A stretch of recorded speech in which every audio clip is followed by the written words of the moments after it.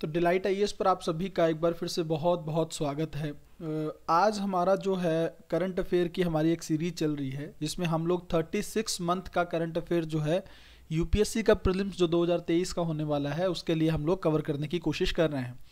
देखिए ये कहीं ना कहीं पर मेन फोकस्ड है यूपीएससी प्रीलिम्स को लेकर, है ना। इसके सेंटर में रहेगा यूपीएससी का प्रीलिम्स का जो एग्जामिनेशन है 2023 में होने वाला है वो इस पर इसके सेंटर में है। लेकिन इसके साथ साथ आप देखेंगे जितना स्टेट पीएससी के एग्जाम होने वाले हैं, जैसे यूपी पीसीएस का एग्जाम होने वाला है, बीपीएससी का एग्जाम अगर होगा तो कहीं ना कहीं पर जनवरी में शायद इसका एग्जाम होने वाला है।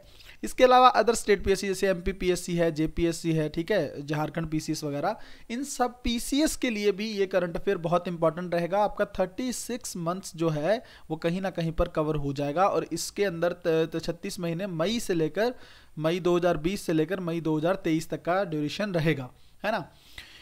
मैंने आपको पिछली वीडियो में भी बताया था कि इस प्रोग्राम की ज़रूरत आखिर है क्या, है ना। सबसे पहले तो यही ज़रूरी है, जो बच्चे आज पहली बार इस वीडियो को देख रहे हैं एक बार फिर से 2 मिनट में मैं उनको बता देता हूं कि क्यों ज़रूरत है इस प्रोग्राम की। देखिए सबसे पहली चीज़ ये है कि यूपीएससी जो है वो कंटेम्प्रेरी करंट अफेयर पर ज़्यादा फोकस कर रहा है, ठीक है। करंट अफेयर पहले होता था कि 8 से 10 महीने 12 महीने भी इनफ होते थे, लेकिन अब क्या हो रहा है कि 3 से 4 साल का करंट अफेयर भी मैटर करता है। तो क्योंकि 24 महीने या 28 महीने तक यूपीएससी जा रहा है, इसलिए हम लोगों ने कोशिश ये की है कि हम 36 मंथ का कवर कर दें। उसके अंदर जो भी घटनाएं हुई हों मोटी मोटी वो हम लोग कवर कर लें, ताकि उसमें से अगर कोई भी प्रश्न आए तो वो हमारा छूटे नहीं, ठीक है। एक चीज़ ये, दूसरी चीज़ ये है कि देखिए यूपीएससी के साथ साथ आप अगर देखेंगे तो आप स्टेट पीएससी वगैरह जो हैं ये यूपीएससी को ही फॉलो करते हुए दिख रहे हैं, है ना। पेपर देख रहे होंगे किस तरह से यूपी पीसीएस हो या बीपीएससी हो, इन दोनों ही स्टेट पीएससी ने अपना लेवल जो है वो धीरे धीरे बढ़ाना शुरू कर दिया है, क्वेश्चन अच्छे लेवल के पूछने शुरू कर दिए। तो ऐसी सिचुएशन में वो भी हमारा यहाँ पर कवर हो जाएगा अगर हम उस डिटेल से करंट अफेयर के क्वेश्चन को कर लेते हैं, है ना।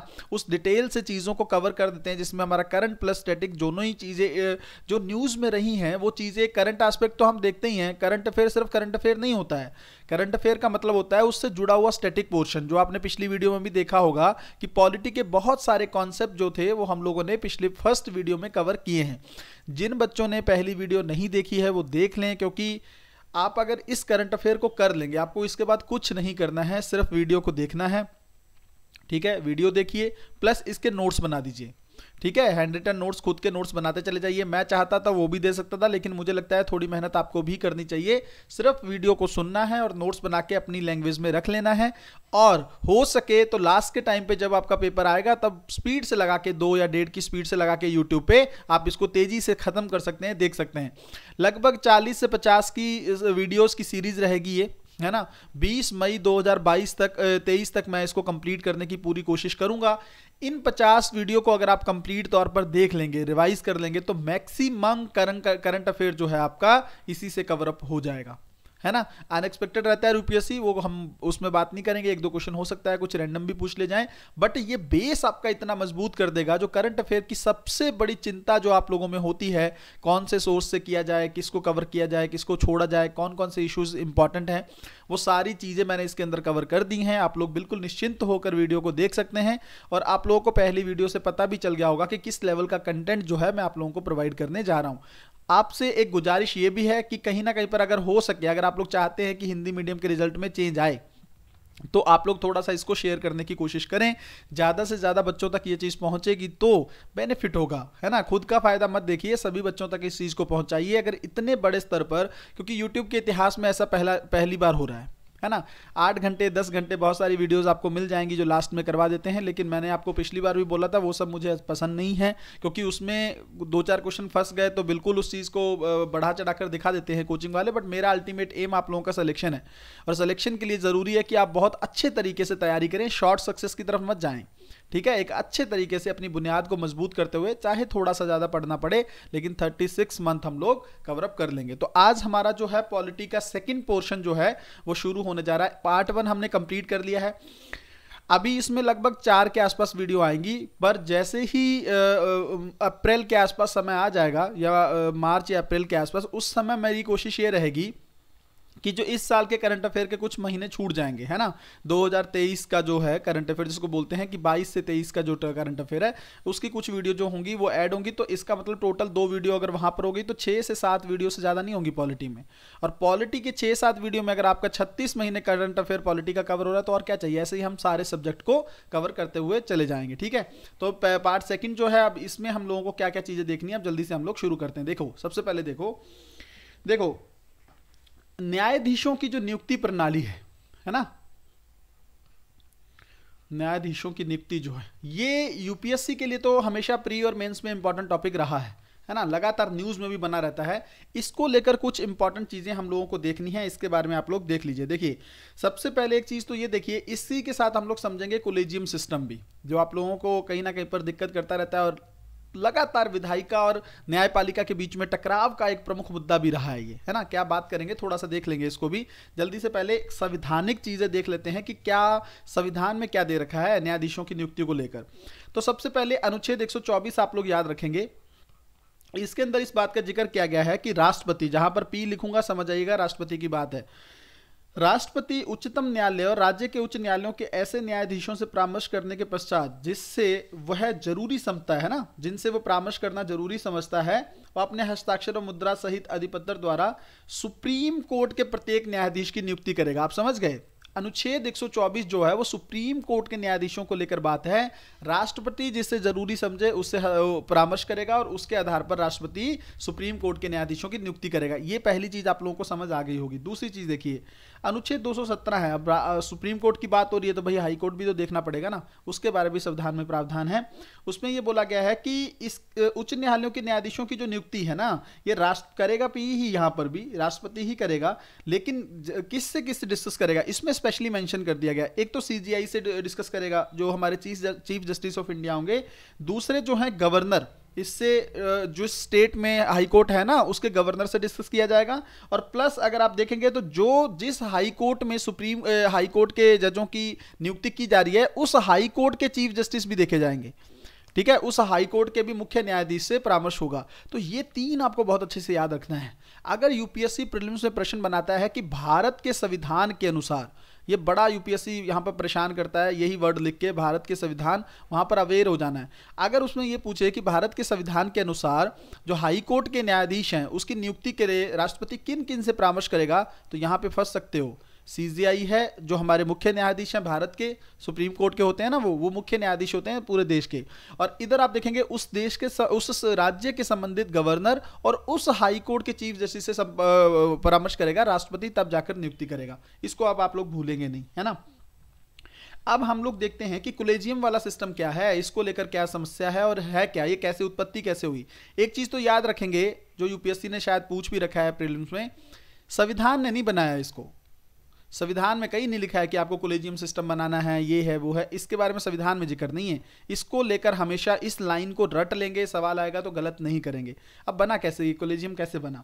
देखिए 1981 में कुछ 3 वाद हुए थे, ठीक है। सुप्रीम कोर्ट के जो मुख्य, इसको बोला जाता है प्रथम न्यायाधीशवाद, द्वितीय न्यायाधीशवाद और तृतीय न्यायाधीशवाद, मतलब 3 न्यायाधीशों को लेकर एक वाद हुए थे। समझ लीजिए कौन सा है। पहला वाला जो है इसको एसपी गुप्तावाद भी बोलते हैं, ठीक है। 1981 में हुआ था। इसमें क्या हुआ देखो, इसमें मेन बात ये बोल दी गई कि जो राष्ट्रपति है, सुप्रीम कोर्ट ने बोली ये बात, सुप्रीम कोर्ट ने ये कहा कि राष्ट्रपति जो लिखा हुआ है ना परामर्श लेना है ना, सीजीआई और इन सब का परामर्श लेना है। इसमें क्या बोला था अनुच्छेद 124 में कि राष्ट्रपति जिससे उचित समझे उससे परामर्श लेके फिर वो नियुक्ति कर सकता है ना। तो ऐसी सिचुएशन में ये बोला गया कि ये जो परामर्श है ना, इसको जो राष्ट्रपति है वो नकार भी सकता है अगर ठोस कारण है तो। अगर कारण ठोस हैं तो वो इसको नकार भी सकता है, ठीक है। पहली चीज ये हुई। तो इससे क्या निकल कर आया, इससे निकल कर आया कि प्रेसिडेंट को पावरफुल बना दिया, मतलब सरकार को, कार्यपालिका को पावरफुल बना दिया। यहां पर सुप्रीम कोर्ट ने कहा ठीक है भाई, जो जुडिशरी का मैटर नहीं करता है, अगर परामर्श देंगे हम, मानो ना मानो आपकी मर्जी है, कोई बात नहीं, आप नकार भी सकते हो। पहला बात तो ये रहा। उसके बाद दूसरा आप देखेंगे 1993 का एक वाद है जिसका नाम है द्वितीय न्यायाधीश वाद बोलते हैं उसको, ठीक है। इसका एक नाम और भी है, supreme court advocates on record association बनाम भारत संघवाद, ठीक है। आप सिर्फ द्वितीय न्यायाधीशवाद के रूप में याद रखेंगे, मैं लिख देता हूं यहां पे द्वितीय न्यायाधीश, ठीक है, वाद। ये ना आप मेंस के टाइम पे मेंशन कर सकते हो अगर कलेजियम को लेकर क्वेश्चन आता है। दोनों याद रखेंगे, एसपी गुप्ता वाद, द्वितीय न्यायाधीशवाद। इसके अंदर क्या बोला गया, इसके अंदर सुप्रीम कोर्ट थोड़ा सा बदला। यहां पर सुप्रीम कोर्ट ने ये बात बोली कि जो आप कहते हो ना, जो परामर्श है, परामर्श जो है राष्ट्रपति लेगा, वो सीजीआई से तो लेगा ही लेगा, बट प्लस 2 वरिष्ठतम न्यायाधीश होंगे सुप्रीम कोर्ट के। ठीक है, वरिष्ठतम न्यायाधीश होंगे सुप्रीम कोर्ट के, इनसे कहीं ना कहीं पर परामर्श लेने के बाद राष्ट्रपति आगे बढ़ेगा। मतलब सुप्रीम कोर्ट के चीफ जस्टिस ऑफ इंडिया और प्लस 2 वरिष्ठ न्यायाधीश जो सुप्रीम कोर्ट में हैं, उनसे परामर्श किया जाएगा। ये दूसरा हो गया। एक और आया आपका 1998 में तृतीय न्यायाधीश। अब इस पे तृतीय लिख लीजिएगा, बाकी आप दोनों वर्ड सेम लिख दीजिएगा। ठीक है, न्यायाधीशवाद। अब इसमें क्या बोला सुप्रीम कोर्ट ने, इसमें सुप्रीम कोर्ट ने ये बोला कि ये जो 2 थे ना, यहाँ पे 4 कर दिया गया, सीजीआई प्लस 4 वरिष्ठ न्यायाधीश। ठीक है, वरिष्ठ न्यायाधीश। इसमें इसकी जो राय होगी, ये जो परामर्श दिया जाएगा प्रेसिडेंट को, इसको प्रेसिडेंट नकार नहीं सकता है, नकार नहीं सकता।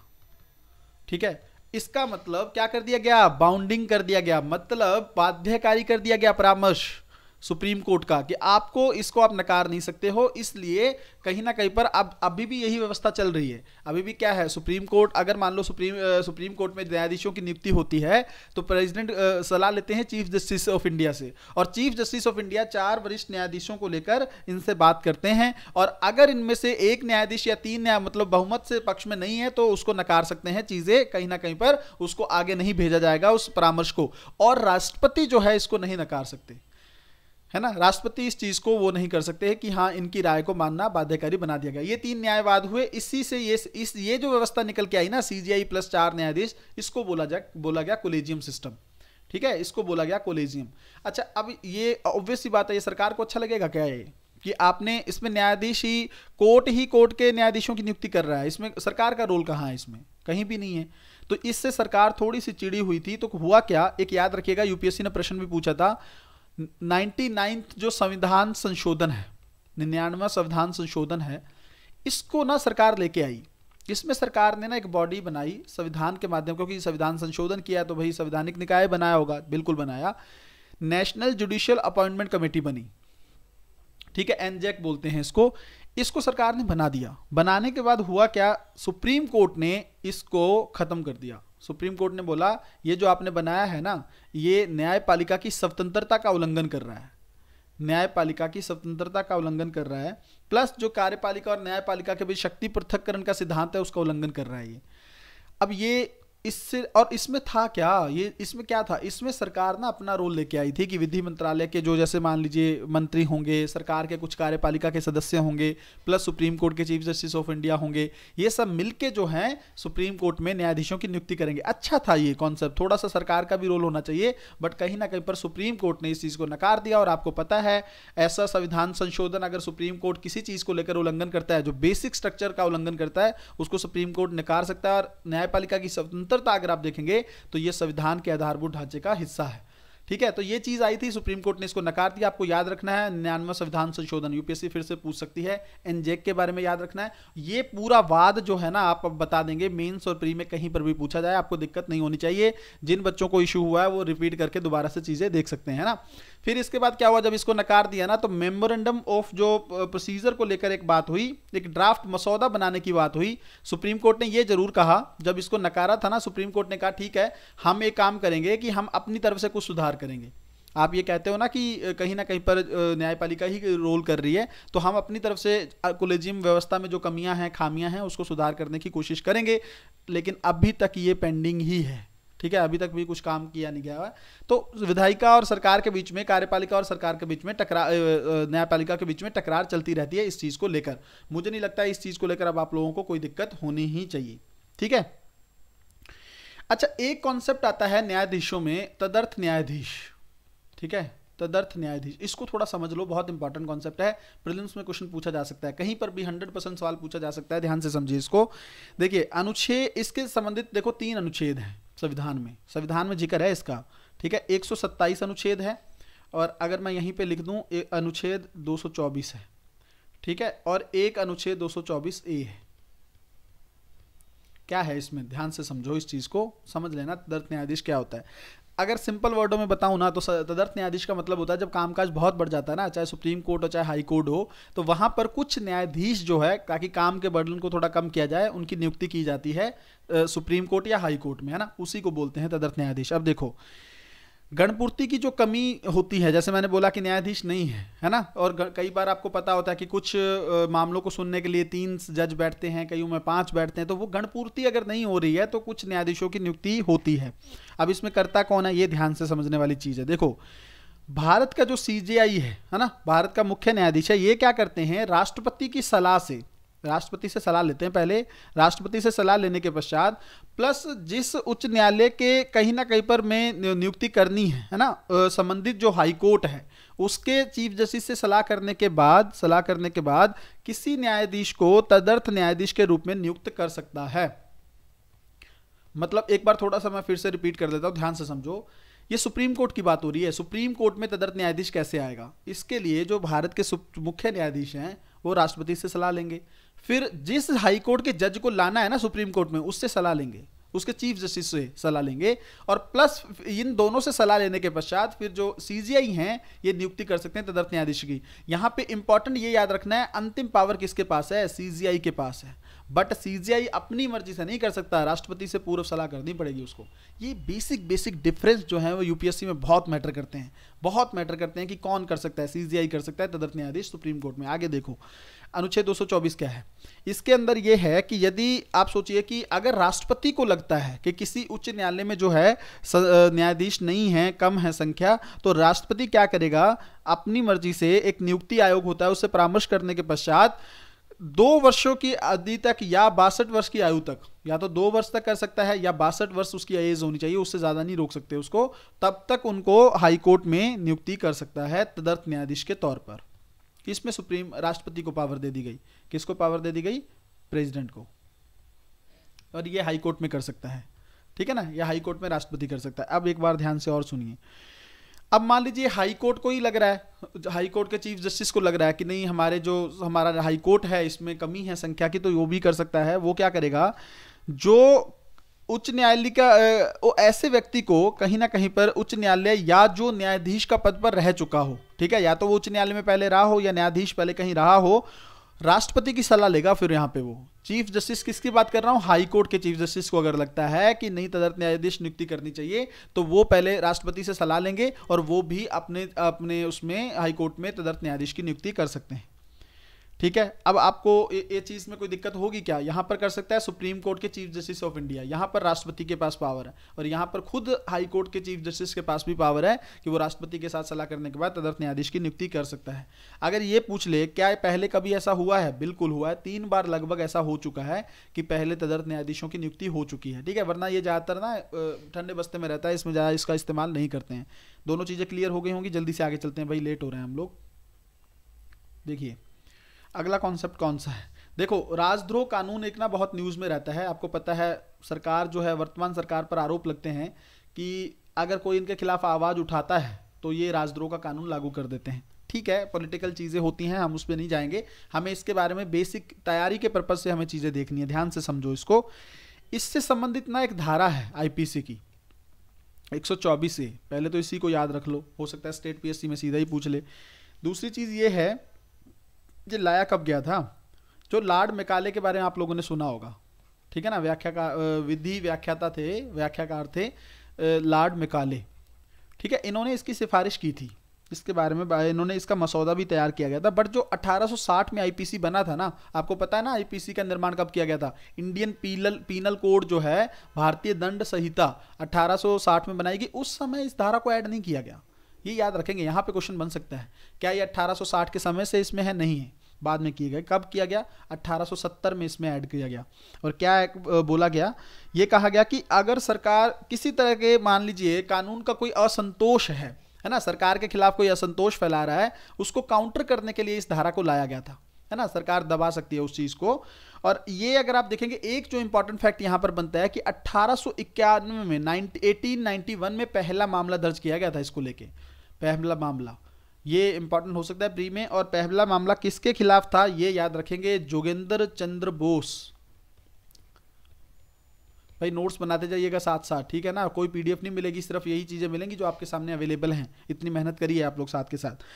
इनके खिलाफ लाया गया था, और किस मैटर को लेकर लाया गया था, एज ऑफ कंसेंट बिल को लेकर इन्होंने विरोध वगैरह किया था कुछ, तो उसको लेकर, कंसेंट मतलब सहमति बिल, मतलब विवाह की आयु को लेकर सहमति बनने का एक बिल था, उसको लेकर इनके खिलाफ लाया गया था। बस ये याद रखिएगा कि इनके खिलाफ था, दूसरा कब पहला मामला लाया गया। दूसरी बात, बाद में तो आपको पता है तिलक, महात्मा गांधी, कई लोगों को इस पर धारा लगी, एनी बेसेंट है ना, मौलाना आजाद, इन सब पे पहले बाद में लगा। अगर पूछ ले कि महात्मा गांधी पर लगाया गया तो बिल्कुल लगाया गया था, 100% सही क्वेश्चन होगा ये, ठीक है, अगर ऐसा पूछता है तो। अब है क्या इसके अंदर, क्या है इस धारा के अंदर 124A में बोला क्या गया है, देखो इसमें यह कहा गया है कि 3 तरीके से जो है, 3 प्रकार से अगर कोई कोशिश करता है सरकार के खिलाफ विद्रोह करने की, कौन कौन से तरीके, या तो वो कोई अपने बोलता है ऐसे शब्द, बोले गए या लिखे गए शब्दों के माध्यम से, ठीक है, कुछ लिख के करता है तब भी। दूसरा, वो संकेत करता है किसी चीज़ को लेकर, ठीक है, कोई सिग्नल देता है संकेतों द्वारा भी। और तीसरा आप यहाँ पर देखेंगे कि कोई विजिबल रिप्रेजेंटेशन करता है, ठीक है, दृश्य रूपण जो प्रस्तुति करता है, दृश्य रूपण प्रस्तुति, इसके आधार पर भी वो सरकार के खिलाफ अगर विद्रोह उत्पन्न करने की कोशिश करता है तो ये धारा लग जाएगी। और इस धारा में मैं आपको बताऊं आजीवन उम्र कैद तक भी प्रावधान है, ठीक है, या तो 3 साल से लेके 3 वर्ष से लेकर आजीवन कारावास, ठीक है ना, उम्र कैद, इतनी बड़ी पावर है इसके अंदर सरकार के पास, ठीक है, आजीवन कारावास तक जेल में भेज सकते हैं। और इसमें जिस बंदे पर यह धारा लगी वो सरकारी नौकरी का पात्र नहीं होगा, जैसे कन्हैया कुमार के बारे में आपको पता होगा कि उन पर यह धारा लगाई गई थी, ठीक है। अब ये चीज़ें समझ में आ गई किससे जुड़ा है, क्या है, कैसे मैटर है। अब आप लोग जिनको नहीं आ रहा है रिपीट कर लेंगे जल्दी से, हमें बहुत सारा करंट अफेयर कवर करना है। हाँ, अब इसको लेकर एक इंपॉर्टेंट चीज़ यहाँ पर समझ लीजिए। देखिए सुप्रीम कोर्ट का ना एक इसको लेकर केस आया था, विवाद था, देखिए ध्यान से समझिए। केदारनाथ, इसका मेंस में कई बार बच्चे जिक्र करते हैं, इसको लिख लीजिए, इसको केदारनाथ बनाम बिहार राज्यवाद, बिहार राज्यवाद, ठीक है। इस वाद में ये 1962 का वाद है, ठीक है, ये याद रखेंगे। अगर सीधा पूछ ले किससे जुड़ा हुआ है तो सेडिशन के केस से जुड़ा हुआ है। क्या बोला सुप्रीम कोर्ट ने, ध्यान से समझ लो। इसमें सुप्रीम कोर्ट ने ये बोला कि ठीक है, आप हर किसी को ऐसे नहीं डाल सकते कुछ भी बोल के, ये राजद्रोह का कानून लगाया और किसी को जेल में डाल दिया, ये नहीं कर सकते तब तक जब तक वो हिंसा फैलाने का जतन ना करे। ये वर्ड याद रखिएगा, जब तक वो हिंसा नहीं फैलाता है, हिंसा फैला के आपके विरुद्ध नहीं आता है, या सार्वजनिक शांति जो है, पीस है, पब्लिक पीस में व्यवधान उत्पन्न नहीं करता है हिंसा के माध्यम से, तब तक आप नहीं लागू कर सकते। हालांकि सरकार इसको नजरअंदाज ही करती है, कई बार सुप्रीम कोर्ट इस बात को लेकर बोल भी चुका है। क्लियर हो गई होंगी चीजें, अब आगे बढ़ते हैं भाई, जल्दी से आगे बढ़ते हैं।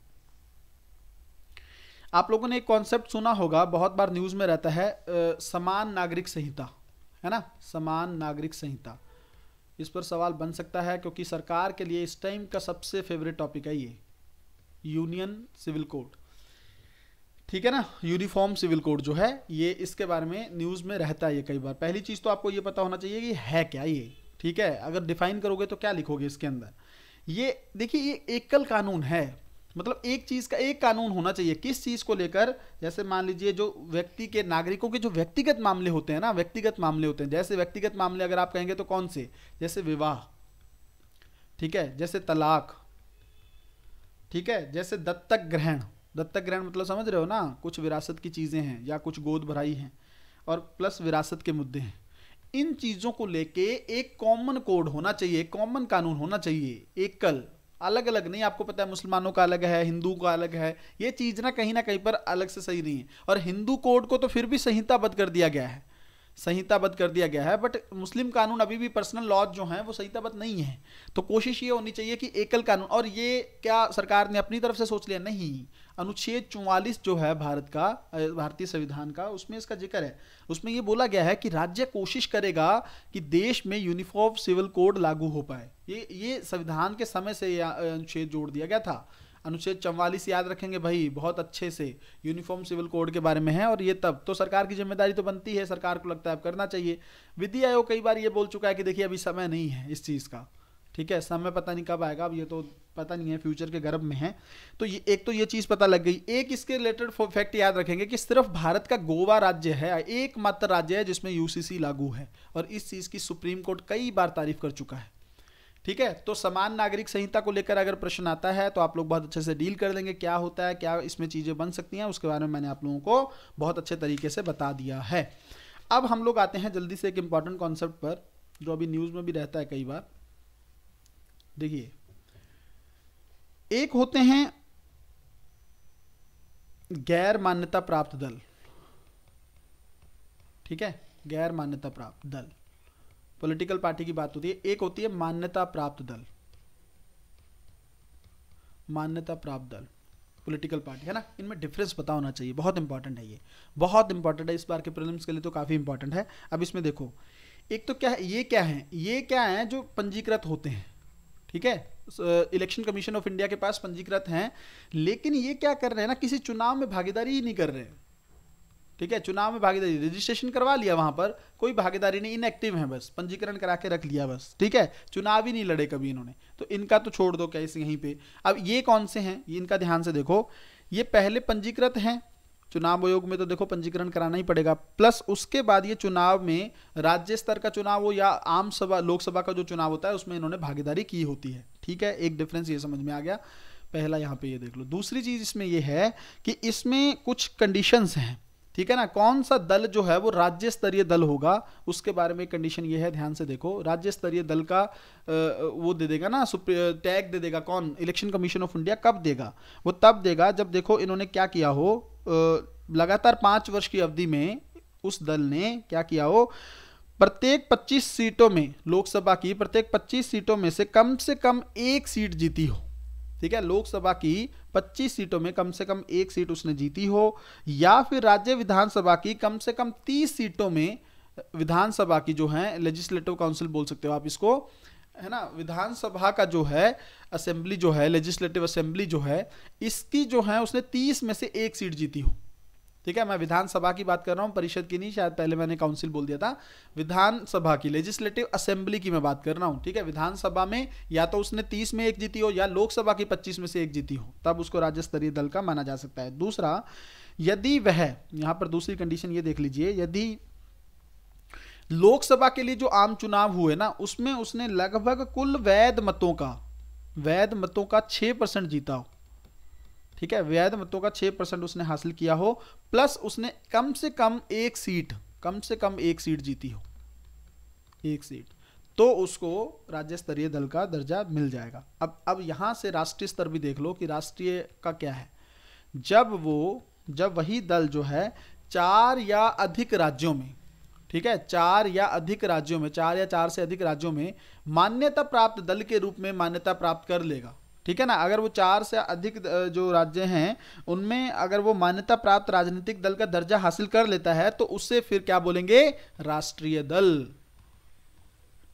ठीक है। अब ये डिफरेंस आपको कभी जीवन में भूलना नहीं चाहिए, ठीक है। इसको रिवाइज कर लेंगे, अगर मान लो समझ नहीं आया पीछे देख लेंगे। अच्छा, क्यों चाहिए भाई, क्यों बनना है मान्यता प्राप्त दल, क्यों बनना है, इसके कुछ लाभ होंगे तभी तो, हैं कुछ लाभ। क्या क्या लाभ हैं ये समझ लो, प्री में पूछ सकता है यूपीएससी। पहला, इसका एक तो ये है कि अलग से उसको चुनाव चिन्ह आवंटित करता है चुनाव आयोग, ठीक है। बट जो किसी को दिया ना गया हो अभी, ऐसा नहीं हो कि जो ऑलरेडी फूल या कांग्रेस का हाथ दे रखा है तो वो नहीं, जो अभी तक आवंटित नहीं है उसको अलग से पृथक चिन्ह जो है वो चुनाव आयोग आवंटित करता है, उसका अपना अलग से होगा। दूसरा फायदा क्या होता है इसको, ठीक है, नामांकन दाखिल करने के लिए इसको सिर्फ एक प्रस्तावक की आवश्यकता होती है। जो मान्यता प्राप्त दल होते हैं उनको सिर्फ एक प्रस्तावक की आवश्यकता होती है, एक चीज ये, इसका फायदा हो गया। तीसरी चीज इसमें ये होता है, इन लोगों को मतदाता की जो सूची होती है ना, मतदाता सूचियां जो उसकी 2 प्रतियां, मतदाता सूची की 2 प्रतियां निःशुल्क उपलब्ध कराई जाती हैं, 2 प्रतियां निःशुल्क, ठीक है। ये फायदा है इसको, तीनों फायदे याद रख लेंगे इन चीजों को बहुत अच्छे से। और चौथी चीज इसमें यह है कि आकाशवाणी जैसे होता है ना, आकाशवाणी, दूरदर्शन, इन पे इनको प्रसारण का समय देते हैं, टाइम देते हैं इसको, ठीक है, आकाशवाणी और दूरदर्शन वगैरह पे, ये फायदा हो गया। प्लस जो आपको पता हो कि जो मान्यता प्राप्त राजनीतिक दल है ना, वो लगभग 40 स्टार प्रचारक नियुक्त कर सकता है। स्टार प्रचारक हमने पिछली वीडियो में पढ़ा था, जिन बच्चों ने नहीं देखा यहां पर नहीं बताऊंगा, पिछली वीडियो में बहुत डिटेल में समझा दिया था, वहां से देख लो, ठीक है। तो ये स्टार प्रचारक नियुक्त कर सकता है। प्लस ये एक और देख लीजिए कि अगर इनको ऑफिस बनाना ना, तो थोड़ी सी रियायती स्तर पर इनको जमीन भी हासिल हो जाती है। तो ये कुछ फायदे होते हैं भाई, इसको रिवाइज कर लेना, बहुत इंपॉर्टेंट कॉन्सेप्ट है, प्री में कहीं ना कहीं पर पूछा जा सकता है। अब हम लोग एक बहुत ही इंपॉर्टेंट टॉपिक पर जाने वाले हैं, ठीक है, एक इंपॉर्टेंट टॉपिक को लेकर हम लोग बात करने वाले हैं, इसको ध्यान से समझो। देखो, आपको पता होगा कि सरकार जो है ना, सरकार ने सूचना प्रौद्योगिकी नियम लेकर आई थी सरकार 2021। ठीक है, बहुत इंपॉर्टेंट है, बहुत ज्यादा इंपॉर्टेंट है ये। इसके बाद कुछ नियम लाई थी सरकार, ये क्या थे, है ना, जो इंटरमीडिएरी गाइडलाइंस होती है ना डिजिटल मीडिया वगैरह के लिए, उस तरह से सरकार कुछ लाई थी। बहुत अच्छे से क्लियरली समझ लोगे, दिक्कत नहीं होगी, ध्यान से समझो। पहली चीज तो ये है कि इनमें ना लाए कैसे गए थे ये, तो जो आईटी एक्ट है ना 2000 आईटी एक्ट है ना, इंफॉर्मेशन सूचना प्रौद्योगिकी अधिनियम जो है 2000, ठीक है, इसमें इसके अंदर कहीं ना कहीं पर इसके अधिकारों का पावर इस्तेमाल करते हुए इसके प्रावधानों के माध्यम से ये रूल्स लाए गए हैं। ठीक है, और ये रूल्स किसको प्रतिस्थापित करेंगे, 2011 में ऐसे ही रूल्स लाए गए थे, तो अब 2021 के रूल्स जो हैं उनको प्रतिस्थापित कर देंगे 2011 के रूल्स को। ठीक है, ये समझ में आ गई होगी चीज। अब किस किस में भाग पहला क्या है, इसमें भाग फर्स्ट जो इन नियमों का है वो पता किसके लिए है, यह इसके अंदर मुख्यतः प्रमुख तौर पर परिभाषाएं हैं। ठीक है, मतलब कौन होता है डिजिटल मीडिया, सोशल इंटरमीडिएटरी कौन होती हैं, ये सब चीजें हैं, परिभाषाओं से संबंधित है। भाग 2 जो है इन रूल्स का वो किस पे केंद्रित है, भाग सेकंड जो है वो अगर आप देखेंगे तो ये है सोशल मीडिया जो है, सोशल मीडिया मध्यवर्ती जो होते हैं, जैसे ये फेसबुक वगैरह जो है। ठीक है, सोशल मीडिया मध्यवर्तियों के लिए भाग सेकंड की मैं बात कर रहा हूँ, भाग सेकंड। और भाग थर्ड की अगर मैं बात करूँ, तो ये जो है ये डिजिटल मीडिया वगैरह के लिए। डिजिटल मीडिया मतलब ये समझ रहे हो, ओटीटी प्लेटफॉर्म जो होते हैं, अमेजन वगैरह, ये सब इनका जो है चीज़ें कहीं ना कहीं पर इसकी जो चीज़ें चलती हैं उसमें ये चीज़ें आ जाएंगी। ठीक है, ओटीटी प्लेटफॉर्म जो है, नेटफ्लिक्स वगैरह की मैं बात कर रहा हूँ, इस पे जो जैसे वेब सीरीज वगैरह आती हैं उनको लेकर इसमें टारगेट किया गया था। तो इसको ये चीजें ध्यान से समझ में आगे होंगी। अच्छा, यहाँ पे एक चीज और क्लियर कर लो, यहाँ पे कर लो, क्योंकि प्री में प्रश्न बन सकता है। जो सोशल मीडिया को लेकर सेकंड जो है ना रूल्स जो हैं, इनका कौन सी मिनिस्ट्री इनकी निगरानी करेगी या कौन सी मिनिस्ट्री के अंदर ही आएंगे, तो ये इलेक्ट्रॉनिक्स मिनिस्ट्री के अंदर है, इलेक्ट्रॉनिक्स मंत्रालय जो है उसके तहत हैं। और इधर अगर आप देखोगे तो ये जो है ये सूचना प्रसारण मंत्रालय के तहत है। ठीक है ना, इंफॉर्मेशन ब्रॉडकास्टिंग मिनिस्ट्री जो है उसके तहत ये है। डिफरेंस समझ में आ जाना चाहिए, यहीं पर क्लियर कर दिया है, इसको अच्छे से समझ लेंगे, पूछ सकता है यूपीएससी थोड़ा सा, है ना। तो ये एक तो ये मोटा मोटा आप लोगों को समझ में आ गया। अब इन रूल्स के अंदर क्या चीजें हैं वो भी अच्छे से आप लोग देख लो। ठीक है, मैं आपको दिखा देता हूं, ध्यान से समझो इन रूल्स में है क्या। तो सबसे पहले जो सोशल मीडिया के लिए है क्या क्या चीजें हैं, थोड़ा बिल्कुल आसान भाषा में समझाऊंगा। अगर आप इनको कहीं और से उठा के पढ़ेंगे तो आप बिल्कुल समझ नहीं पाएंगे, क्योंकि इतना डिटेल में और इतनी चीजें दे रखी होती हैं, बच्चों को समझ में नहीं आता। बहुत आसानी से समझिए। देखिए, एक इसमें कॉन्सेप्ट है, कुछ कुछ प्रावधान मैं यहाँ पे लिखते जाता हूँ। देखो, एक है सम्यक तत्परता का कॉन्सेप्ट। सम्यक तत्परता का कॉन्सेप्ट, इसको इंग्लिश में बोलते हैं ड्यू डिलीजेंस। Due diligence. ठीक है, अब ये क्या है समझ लो। अगर सीधा ही पूछ लेना सम्यक तत्परता का कोई की अवधारणा न्यूज में रही थी, ये किससे संबंधित है, तो आप बोलेंगे सोशल मीडिया से संबंधित है। ये तो पहले प्री के पॉइंट ऑफ व्यू से समझ लो। दूसरी चीज ये है क्या, इसके अंदर ये है, ये बोला गया है इन फेसबुक वगैरह जो वेबसाइट्स हैं, इंस्टाग्राम, फेसबुक, इनको ये बोला गया कि देखिए अगर कोई ऐसी चीज आती है आपको, है ना, कि जो आपके उपभोक्ता हैं, ये हैं, इनकी जानकारी वगैरह जो है कि कौन सा पर्सन कहाँ से है, क्या चीज़ है, जो भी डिटेल्स हैं उसको 180 दिन तक आपको बना के रखना है। पहली चीज़ तो ये है कि 180 दिन तक उनकी जो चीज़ें बना के रखनी है। और अगर कोई साइबर सुरक्षा को लेकर चीज़ें होती हैं, साइबर सुरक्षा को लेकर कोई दिक्कत है तो उसकी रिपोर्टिंग करोगे आप। ठीक है, तो इसका मतलब आप इसको वर्ड को देखो, तत्परता मतलब तुरंत बताओगे, सम्यक तत्परता। ठीक है, तुरंत जानकारी दोगे उस चीज को लेकर अगर कुछ भी ऐसा हो रहा है। ये एक तो ये चीज। बट अगर ये कंपनियां नहीं करती, मान लो फेसबुक वगैरह कह दे कि नहीं हम तो नहीं मानेंगे इसको, अगर आप नहीं मानोगे ना, एक कॉन्सेप्ट और है सेफ हार्बर। ये बहुत इंपॉर्टेंट कॉन्सेप्ट है प्री के पॉइंट ऑफ व्यू से। सेफ हार्बर का कॉन्सेप्ट है, इसका फायदा आपको नहीं मिलेगा अगर आप ये चीज नहीं करते हो। सरकार ने बोला ठीक है फायदा नहीं मिलेगा, तो इसके अंदर है क्या, किस चीज का फायदा नहीं मिलेगा, फायदा इस चीज का मिलेगा। देखो क्या होता है, अगर मान लो ये जो फेसबुक वगैरह है ना, इन पर अगर मान लो कोई ऐसी इन्फॉर्मेशन वायरल हो जाती है जो गलत होती है, कई बार इनको भी नहीं पता होता है, तो ऐसी सिचुएशन में इनकी गलती कई बार नहीं भी होती, तो इनको कानून के तहत सुरक्षा प्रदान की जाती है। इसी को बोलते हैं सेफ हार्बर। वर्ड ही देख लो ना, सेफ हार्बर। ठीक है।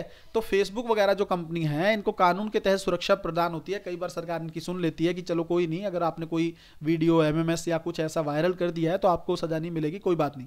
तो ये सुरक्षा हटा देगी सरकार अगर आप ये नहीं करोगे। तो आपको मानना पड़ेगा सम्यक तत्परता का कॉन्सेप्ट, ठीक है ना। सम्यक तत्परता का कॉन्सेप्ट याद रखेंगे, सेफ हार्बर का कॉन्सेप्ट याद रखेंगे। इसको फिर से एक बार सुन लेना अगर जिन बच्चों को क्लियर नहीं हुआ है। दूसरी चीज, दूसरा इसके अंदर क्या प्रावधान है, इन्हीं सोशल मीडिया कंपनियों को बोला गया कि आप शिकायत निवारण अधिकारी की नियुक्ति करेंगे। आपको पता है, कभी भी आपने देखा होगा जो फेसबुक वगैरह जो हैं, इनका सीधा क्या होता है कि रिपोर्टिंग कर दो। अगर कोई आपको दिक्कत भी है, किसी ने आपका फेक अकाउंट बना लिया, कुछ कर लिया, तो आपको क्या बोला जाए, आप रिपोर्टिंग कर लो, उस फेसबुक कुछ वर्क करेगा, कुछ रिप्लाई भी नहीं आता है। सरकार ने बोला ये बकवासबाजी नहीं चलेगी, आपको अधिकारी नियुक्त करना पड़ेगा जो शिकायतों का निवारण करे। अगर किसी भी आपके उपभोक्ता को दिक्कत है तो वो उसके लिए आप अधिकारी नियुक्त करेंगे। एक चीज़ तो ये है। तीसरी चीज़ ये बोली गई इनको कि अगर कोई ऐसी सूचना है, ठीक है, या ऐसा कोई कंटेंट या सामग्री है जो किसी को आहत करती है या कहीं ना कहीं पर सार्वजनिक हित के विरुद्ध है, तो उसको आपको 24 घंटे में हटाना पड़ेगा। अगर सरकार बोलेगी तो आपको 24 घंटे के भीतर हटाना पड़ेगा। खुद से भी हटा सकते हो आप अगर आपको लग रहा है ये चीज़ सही नहीं है, ठीक है। अच्छा, एक चीज़ यहाँ पर और समझ लो अच्छे से, इसी के अंदर ना जो सोशल मीडिया मध्यवर्ती है ना, ये जो कंपनियां हैं, इनको दो प्रकार इनके बना दिए गए, विभाजन कर दिया गया। कौन कौन से हैं? पहला प्रकार इनका है कि ये जो हैं नॉर्मल, इसका नाम जो सोशल मीडिया मध्यवर्ती लिख दिया गया है, सोशल मीडिया मध्यवर्ती। और दूसरा इनको बोल दिया गया है सिग्निफिकेंट सोशल मीडिया इंटरमीडिएरी। मतलब इसका देखो महत्वपूर्ण मतलब कौन सी हैं, इसमें इसको बोलते हैं SSMI, significant social media intermediary. पहले तो था ही सोशल मीडिया इंटरमीडिएरी, तो है ही, इसके आगे एस और लगा दिया, मतलब महत्वपूर्ण कौन सी है। तो ये कौन सी महत्वपूर्ण, जिनका 50 लाख से ज्यादा उपभोक्ता बेस है, जैसे फेसबुक बहुत बड़ी है ना, इतना बड़ा। इससे कम है तो ये मानी जाएंगी, इससे ज्यादा है तो इनको, मतलब 50 लाख को आप 5 मिलियन भी बोल सकते हो, ठीक है। इतना बेस है, ये डिफरेंस याद रखेंगे अगर पूछ ले प्रीलिम्स में तो, ठीक है। तो ये इनको बना दिया गया कि आप, अब ये जो सोशल मीडिया इंटरमीडिएट है, अब देखो भाई ये अलग है, महत्वपूर्ण है, तो इनको तो कुछ अलग से जिम्मेदारियां निभानी पड़ेंगी ना SSMI को। इनके लिए कुछ की चीजें क्या की गई हैं वो भी देख लो, ध्यान से समझ लो। इनको ये बोला गया कि जैसे अनुपालन अधिकारी है, ठीक है, आपको एक अनुपालन अधिकारी की नियुक्ति करनी पड़ेगी। सरकार ने इनको बोला किस चीज के लिए, कि आपको ये जो रूल्स दे रही हैं, ये नियम बनाए गए, आप उसका अनुपालन कर रहे हो या नहीं, इसकी इंफॉर्मेशन देने वाला अधिकारी आप अपनी कंपनी में नियुक्त करोगे। समझ में आ गया। दूसरी चीज ये बोला गया उनको कि आपको एक ना नोडल अधिकारी भी नियुक्त करना पड़ेगा। किस चीज के लिए, जो हमारे से 24 घंटा संपर्क में रहे। ये तो वो है जिसे हम संपर्क करके पूछेंगे भाई आपने अनुपालन कर रहे हो नहीं कर रहे हो। एक हमें ऐसा बंदा दे दो जो 24 घंटे हमारे हमारे कंटेंट में रहे, कांटेक्ट में रहे। अगर हमें कोई इन्फॉर्मेशन हटानी है या कोई बात करनी है तो तुरंत हम उससे कर सकें, ठीक है। और एक जो उसके सबके लिए ही किया गया था वो इनके लिए भी है कि शिकायत निवारण अधिकारी आपको नियुक्त करना पड़ेगा, जो आपके उपभोक्ता हैं उनकी शिकायतों का निवारण करे।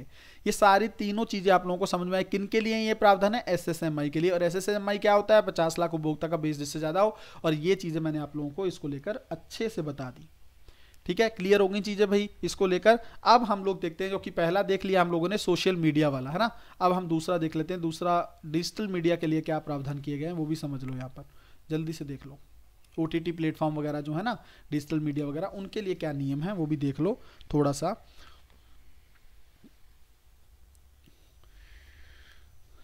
देखो सबसे पहले तो ये है, कुछ कुछ चीजें तो देखो नॉर्मल वाली बोली गई हैं। जैसे इनको क्या, ये वेब सीरीज वगैरह चलाते हैं ना, तो इनको बोला गया कि देखो आपको अपना जो भी कंटेंट है ना, जो भी कंटेंट, जो भी सामग्री आपकी है, उस सामग्री को आपको 5 आयु आधारित श्रेणियों में विभाजित करना होगा। एज के अनुसार करना होगा श्रेणियों में, ठीक है। 5 आयु श्रेणियों में विभाजन करना होगा। जैसे यूनिवर्सल, जो सभी देख सकते हैं, यूनिवर्सल अडल्ट जो हैं, जो मतलब 7+, जो 7 वर्ष से ऊपर हैं वो देख सकते हैं। या फिर यूनिवर्सल अडल्ट जो हैं 13+ जो हैं वो देख सकते हैं। यूनिवर्सल अडल्ट जो हैं 16+ कौन से हैं वो देख सकते हैं। यूनिवर्सल अडल्ट जो हैं, इसको फिर लास्ट में एक अडल्ट वाला आ जाएगा कि हाँ ये सभी देख सकते हैं। आपको पता ही है ना, कुछ कंटेंट ऐसे होते हैं जो बच्चों को दिखाने ठीक नहीं होते हैं, उसके अनुरूप उनको बोला गया कि आप इसको विभाजन करेंगे। आप मानेंगे OTT प्लेटफॉर्म पर पहले कोई निगरानी सिस्टम नहीं था, कुछ भी दिखाओ। आपने देखा होगा किस तरह से गालियाँ, क्या नहीं दिखाते हैं उन वेब सीरीज में, और कुछ भी सब कुछ दिखाते हैं। हालांकि इसका अपना एक पक्ष भी है, उसको भी हम लोग लास्ट में एक लाइन में देख लेंगे। बट जो नॉर्मली क्या था, इस पर कोई निगरानी, कोई कंट्रोल नहीं था। तो सरकार ने बोला ये चीज़ नहीं चलेगी क्योंकि ये चीज़ हमारे समाज को खराब कर रही है। ठीक है, एक इनको ये बोला गया कि आप पेरेंटल लॉक लगाएंगे। पेरेंटल लॉक का मतलब ये है कि ऐसी कोई चीज़ जो आपको लगता है कि माता पिता की सहमति से ही देखनी चाहिए, तो उस पर आप पेरेंटल लॉक लगा के देखेंगे। जब माँ बाप पिता अनुमति देंगे तब बच्चा वो चीज़ देख पाए। ठीक है, एक इनको ये बोला गया आप ऐसा कोई कंटेंट, जो सामग्री है वो पब्लिश नहीं करेंगे जो विधि का उल्लंघन करती हो। अब ये तो देखो एक वेग सा कॉन्सेप्ट हो गया, पता ही नहीं चलेगा ना विधि का उल्लंघन क्या हो रहा है, कहाँ पर हो रहा है, बट उनको बोल दिया गया कि आपको ये चीज़ करनी है। ठीक है, ये कुछ इंपॉर्टेंट याद रखना है, जैसे पेरेंटल लॉक हैं। एक इसमें इंपॉर्टेंट चीज़ है कि भाई 3 स्तरीय निगरानी व्यवस्था आपको बनानी है इन डिजिटल प्लेटफॉर्म को, 3 स्तरीय निगरानी व्यवस्था। अब ये इंपॉर्टेंट है। ठीक है, ये इंपॉर्टेंट है। कौन सी 3 स्तरीय? पहले स्तर पर प्रकाशक के स्तर पर होगी। प्रकाशक जैसे मान लो जिसने वो चीज़ चलाई है, ठीक है ना, जिसने बनाई, वो क्या करेगा, वो अपना एक शिकायत निवारण अधिकारी रखेगा। ठीक है, शिकायत निवारण अधिकारी रखेगा अपनी तरफ से, और अगर कोई दिक्कत कोई उपभोक्ता करता है, ठीक है, उसको शिकायत प्राप्त होती है तो वो 15 दिन में निपटान करेगा। ये तो हुआ प्रकाशक के स्तर पर। ठीक है, जो आपका चला रहा 3, इसीलिए तो बोल रहे हैं बहुत अच्छा कॉन्सेप्ट है ये। 3 स्तरीय निगरानी होगी सरकार की इस पे। एक तो पहले प्रशासक को बोला कि तुम खुद ही, जो वीडियो वगैरह ला रहा है उसको बोला कि तुम खुद ही कर लो ये चीज़ें, और उसके बाद आपका जो है अगर नहीं हो पा रहा है मान लीजिए वो चीज़ें, तो फिर हम देखते हैं, जैसे 15 दिन में आप शिकायतों का निपटान कर दो, पहली चीज़। दूसरा इसमें है स्वनियमन, ये याद रखेंगे, बहुत इंपॉर्टेंट कॉन्सेप्ट है।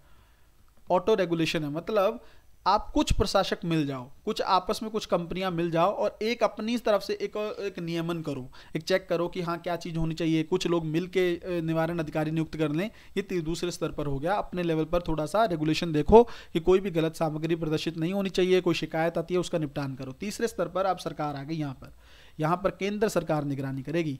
और केंद्र सरकार निगरानी कैसे करेगी? केंद्र सरकार की निगरानी कैसे होगी? ये होगी सूचना प्रसारण मंत्रालय। मैंने आपको बोला था ना, तीसरे किसके अंदर हैं? सूचना प्रसारण मंत्रालय के तहत। पहले किसके अंदर थे? इलेक्ट्रॉनिक मिनिस्ट्री के तहत, जो सोशल मीडिया वाले हैं। ठीक है, तो सूचना प्रसारण मंत्रालय तीसरे स्तर पर निगरानी करेगा। अगर आपने कोई चीज़ की है तब फिर अगर कोई व्यक्ति इन दोनों से सहमत नहीं हुआ है, सेटिस्फाइड नहीं हुआ है कि इन्होंने भी मेरी बात नहीं सुनी, इन्होंने भी नहीं सुनी, फिर वो जाएगा मिनिस्ट्री के पास और फिर मिनिस्ट्री तगड़ा एक्शन लेगी उसके खिलाफ। ठीक है, तो ये चीज़ें क्लियर हो गई होंगी। बहुत अच्छे से डिटेल से हम लोगों ने इस कॉन्सेप्ट को क्लियर कर लिया। अब आगे हम लोग देखते हैं आगे क्या है। देखो, एक सरकार का एक्ट है यूएपीए, ठीक है ना, इसको क्या बोलते हैं? अनलॉफुल एक्टिविटीज प्रिवेंशन एक्ट, है ना, विधि विरुद्ध क्रियाकलाप अधिनियम बोलते हैं। वैसे इसको यूएपीए के नाम से याद रखा जाता है। कुछ नहीं है, आतंकवादियों के खिलाफ ये चीज़ें की गई हैं कंट्रोल करने के लिए। है क्या ये? देखो, इसके अंदर कोई व्यक्ति या संगठन जो है वो आतंकवादी गतिविधियों में संलिप्त है ना, उसके विरुद्ध सरकार जो है वो प्रयास करती है। ठीक है, ये मुझे लगता है 1967 में लाया गया था ये अधिनियम। और इसके तहत चीज़ें ये हैं कि कहीं ना कहीं पर आप जो आतंकवादी गतिविधियां हो रही हैं या कोई गैर कानूनी गतिविधि, अनलॉफुल का मतलब क्या होता है? Unlawful act. ठीक है, अनलॉफुल एक्टिविटीज़ क्या होती है? जो कानून के विरुद्ध हों, लॉ के विरुद्ध हों, ठीक है, उनको कहीं ना कहीं पर प्रतिबंधित करने के लिए प्रयास करता है। ऐसे कुछ संगठन हैं जो इन चीज़ को फैला रहे हैं, उनके तहत सरकार इस कानून के तहत उन पर कार्रवाई करती है। ये समझ में आ गया होगा आप लोगों को। देखो, कार्य कौन कौन से हो सकते हैं ये संगठन के? जैसे मान लो कौन कौन सी चीजें इसके अंदर आ सकती है, जैसे आतंकवादी कार्य करता हो, या दूसरा ये संगठन आतंकवादी कार्य करता हो, या किसी आतंकवादी का कोई मान लो कोई सेमिनार वगैरह चल रहा है उसमें पार्टिसिपेट कर रहा हो, या फिर ऐसी कोई गतिविधियां कर रहा हो जिससे आतंकवाद को डायरेक्ट या इनडायरेक्ट प्रोत्साहन मिलता हो। ठीक है, ये सब चीजें अगर कोई संस्था कर रही है तो सरकार इसके गुड एक्शन ले लेगी, है ना। इसमें क्या होता है कि राज्य पुलिस और एनआईए, ठीक है, स्टेट की पुलिस है प्लस एनआईए जो है, नेशनल इन्वेस्टिगेशन एजेंसी जो है, ये दोनों मिलकर इसमें काम करते हैं। ठीक है, दोनों इसके तहत कार्रवाई और जांच करते हैं। अब एक चीज देखिए, इसमें सबसे इंपॉर्टेंट क्यों है, क्यों मैं पढ़ा रहा हूं, 2019 में ना इसमें एक संशोधन किया गया, ये है इंपॉर्टेंट। ठीक है, पूछ सकता है प्री इंटरव्यू में, मेंस में, कहीं पे भी। इसमें क्या था डिफरेंस, क्या किया गया? संशोधन ये किया गया, पहले क्या था कि संगठन, जैसे मैंने बोला ना, किसी संगठन को सरकार जो है उस पर नियंत्रण कर सकती थी, उसको प्रतिबंधित कर सकती थी, बट अब व्यक्ति पर भी कर सकती है। अगर कोई व्यक्ति किसी चीज़ में शामिल है, कोई साहित्य बेच रहा है या कुछ ऐसा कर रहा है जो आतंकवाद को प्रमोट कर रहा है, तो सरकार कहीं ना कहीं पर, यहाँ पर देखेंगे सरकार ने अपनी पावर्स बढ़ा ली किसी व्यक्ति को भी सरकार इससे उठा सकती है, कहीं ना कहीं पर चिंता की बात है ये। दूसरी चीज इसमें डिफरेंस संशोधन ये किया गया, पहले क्या होता था कि अगर एनआईए जांच कर रही है ना, एनआईए भी जांच, जैसे मैंने बोला दोनों कर सकते हैं, तो एनआईए जांच कर रही होती तो राज्य पुलिस के जो महाधिवक्ता होते थे, राज्य पुलिस के जो महानिदेशक होते थे, डीआईजी वगैरह, वो जो है परमिशन दे देते थे तो चल जाता था चीजें। लेकिन अब बोला गया कि नहीं, अगर एनआईए इन्वॉल्व है, अगर नेशनल इन्वेस्टिगेशन एजेंसी इन्वॉल्व है, तो एनआईए के जो महानिदेशक होंगे वो परमिशन देंगे, तब क्या होगा, संपत्ति जब्त कर सकेंगे, तब जाके संपत्ति जो है वो जब्त हो सकेगी, संपत्ति जब्त हो सकेगी।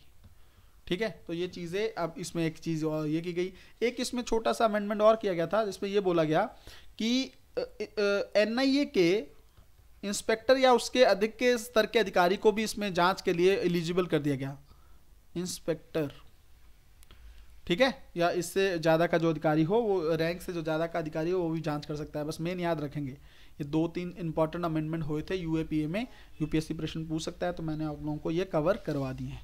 ठीक है, कोई दिक्कत यहाँ पर नहीं होनी चाहिए। अच्छा, पिछली बार हम लोगों ने राज्य निर्वाचन आयुक्त के बारे में कुछ चीजें पढ़ी थी, थोड़ा सा यहाँ पर और एक बार देख लेते हैं कि क्या है डिफरेंस, क्या है किसके किसके तहत। एक तो है चीफ इलेक्शन कमिश्नर, ठीक है, बहुत इंपॉर्टेंट बॉडीज हैं इसलिए दोबारा से बता रहा हूं।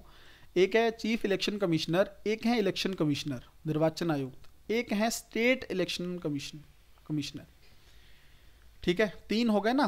एक तो मुख्य निर्वाचन आयुक्त जो भाई हैं राज्य केंद्र के स्तर पर, एक मुख्य निर्वाचन आयुक्त के नीचे ही है निर्वाचन आयुक्त, एक राज्य के स्तर पर है निर्वाचन आयुक्त जो है आपके, है ना। अब इनके बारे में थोड़ा, तीनों के बारे में थोड़ा बेसिक डिफरेंस है, ये देख लो आप। क्यों मैं पढ़ा रहा हूं पता है, सुप्रीम कोर्ट ने ये बात बोली थी कि ये जो आप राज्य इलेक्शन जो निर्वाचन अधिकारी है ना, इस आयुक्त जो है, इसमें ना कोई आईएएस अधिकारी नहीं डाल सकते आप, कि कोई नौकरशाह है आपने उसको उठा के इसमें नियुक्त कर दिया। तो ये सुप्रीम कोर्ट ने इसको मना कर दिया था इस चीज को लेके, तब ये न्यूज में रहा था। इसके बारे में थोड़ा सा पढ़ लेते हैं कि तीनों में क्या डिफरेंस क्या है। देखो, नियुक्ति कौन करता है, इसकी कौन करता है, राष्ट्रपति करता है, ठीक है, इसकी भी राष्ट्रपति करता है, इसकी कौन करता है, गवर्नर। ये डिफरेंस है, ठीक है ना। जो कहीं ना कहीं पर आप देखेंगे मुख्य निर्वाचन आयुक्त जो है उसकी नियुक्ति राष्ट्रपति, निर्वाचन आयुक्त की नियुक्ति राष्ट्रपति कर रहा है, और स्टेट की कर रहा है गवर्नर। एक चीज यहां पर क्लियर हो गया। दूसरी चीज इसमें इंपॉर्टेंट ये है, हटा कौन सकता है, पदच्युति अगर मैं बोलूं कौन कर सकता है इनकी। इसकी जो प्रक्रिया है ना, सुप्रीम कोर्ट के न्यायाधीश को हटाने के समान प्रक्रिया है, ठीक है, जो मुख्य निर्वाचन अधिकारी है। ध्यान से समझना डिफरेंस क्या है, ठीक है। सुप्रीम कोर्ट के न्यायाधीश को कैसे हटाते हैं आपको पता हो, दोनों सदन आते हैं ना, उसमें 2/3 बहुमत से पारित करते हैं तब हटते हैं वो। उसी तरह से मुख्य निर्वाचन अधिकारी को भी हटा सकते हैं आप। इसमें क्या करेंगे, इसमें आप करेंगे जो ये है ना CIC, इसकी सिफारिश पर राष्ट्रपति इसको हटा सकता है, बस और कुछ नहीं। इसकी सिफारिश पर, ये इंपॉर्टेंट नहीं होते ना इतने इलेक्शन कमिश्नर जो हैं, तो इनको CIC की सिफारिश पर, ये इंपॉर्टेंट है, इस पर प्रश्न बन सकता है, तो ये सिफारिश पे हटा सकते हैं। इनका क्या है, इनको हाई कोर्ट के न्यायाधीश जो हैं उसके हटाने के समान। इसमें सुप्रीम कोर्ट है, इसमें हाई कोर्ट है, ये तो याद रह जाएगा, कोई दिक्कत नहीं होगी। कार्यकाल क्या है भाई तीनों का, यहाँ पर देख लो जल्दी से। कार्यकाल यहाँ पर 65 वर्ष या 6 वर्ष की आयु, 6 वर्ष है, याद रखना यहाँ पर, ठीक है। यहाँ पर समान ही है, CEC के समान ही है। और यहाँ पर अगर आप देखेंगे, यहाँ पर अगर आप देखेंगे तो राज्यवार भिन्न भिन्न होता है ये कार्यकाल। यहाँ पर प्रश्न बन सकता है, राज्यवार भिन्न भिन्न, ठीक है। यहां पर प्रश्न पूछ सकता है स्टेट इलेक्शन कमिश्नर का कार्यकाल कितना होता है, क्या वो सेम होता है, क्या वो 65 वर्ष होता है, नहीं, वो राज्यवार भिन्न भिन्न होता है। ये चीज याद रखेंगे, ठीक है।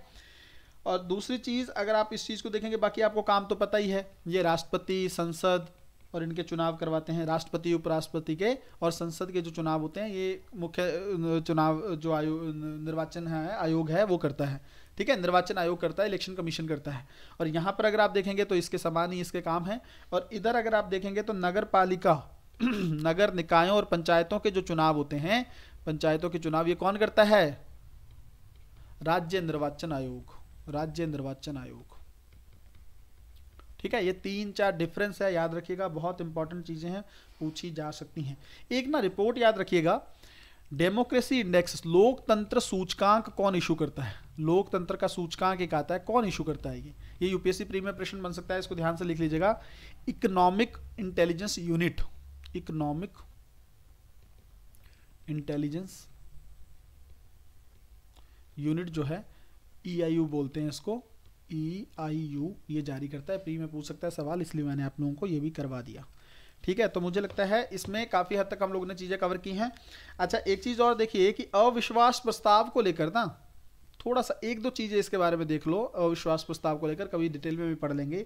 एक तो ये चीज़ होती है अविश्वास प्रस्ताव, तो पता है ना आपको, सरकार अगर विश्वास नहीं है सरकार के पास तो अविश्वास प्रस्ताव लाया जा सकता है। अगर इसमें सरकार फेल होती है तो सरकार को त्याग पत्र देना होगा। ठीक है, सरकार को जाना होगा। तो एक तो इसके लिए कारण बताना जरूरी नहीं है, कारण बताना जरूरी नहीं है कि क्यों ला रहे हैं अविश्वास प्रस्ताव।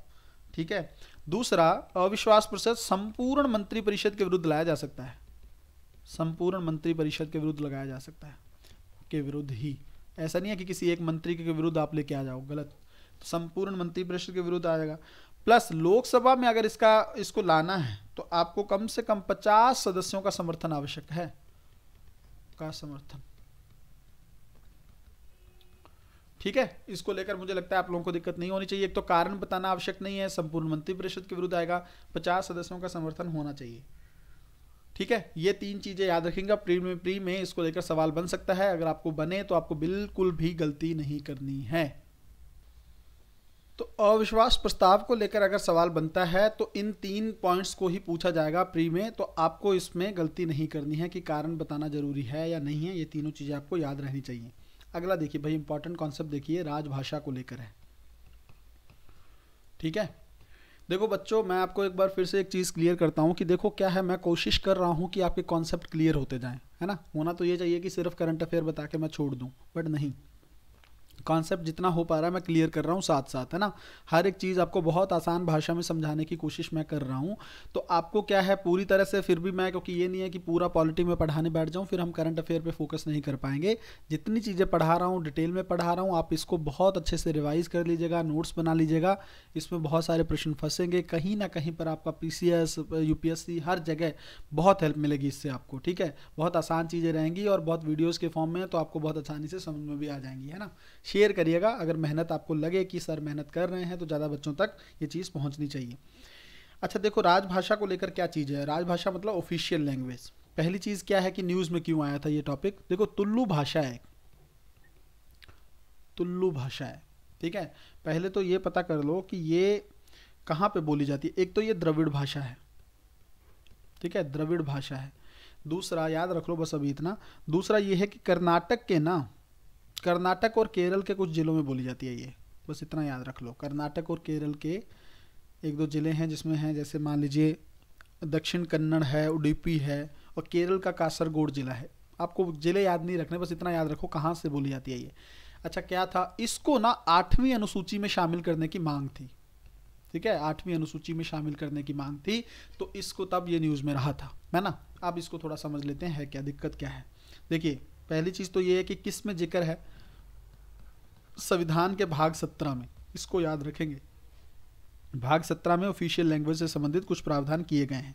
ठीक है, 8वीं अनुसूची में क्या है क्या नहीं, उसमें बारे में इसमें लिखा गया है। दूसरी चीज़ ये है कि अब देखो, संविधान के भाग में है तो ऑब्वियस सी बात है, अगर किसी भाषा को 8वीं अनुसूची में ऐड करना है तो क्या करना पड़ेगा, संविधान का संशोधन करना पड़ेगा कि नहीं। ऐसे कैसे ऐड हो जाएगी उसमें। तो अगर आपसे कोई पूछे कि 8वीं अनुसूची में अगर किसी भाषा को शामिल करना है तो उसके लिए संविधान संशोधन की जरूरत है, तो आप क्या बोलेंगे, बिल्कुल है, एकदम होगी, इसके बिना नहीं हो सकता। क्लियर रहेंगे इसमें, बिल्कुल, है ना। दूसरी चीज़, अगर मैं आपसे ये बोलूं कि कौन कौन सी भाषाएं हैं 8वीं अनुसूची में, तो बहुत सारी हैं, है ना। लगभग 22 भाषाएं इसमें शामिल हैं। कुछ कुछ के नाम आप याद रख सकते हो, जैसे बंगाली है, ठीक है, गुजराती है, हिंदी है,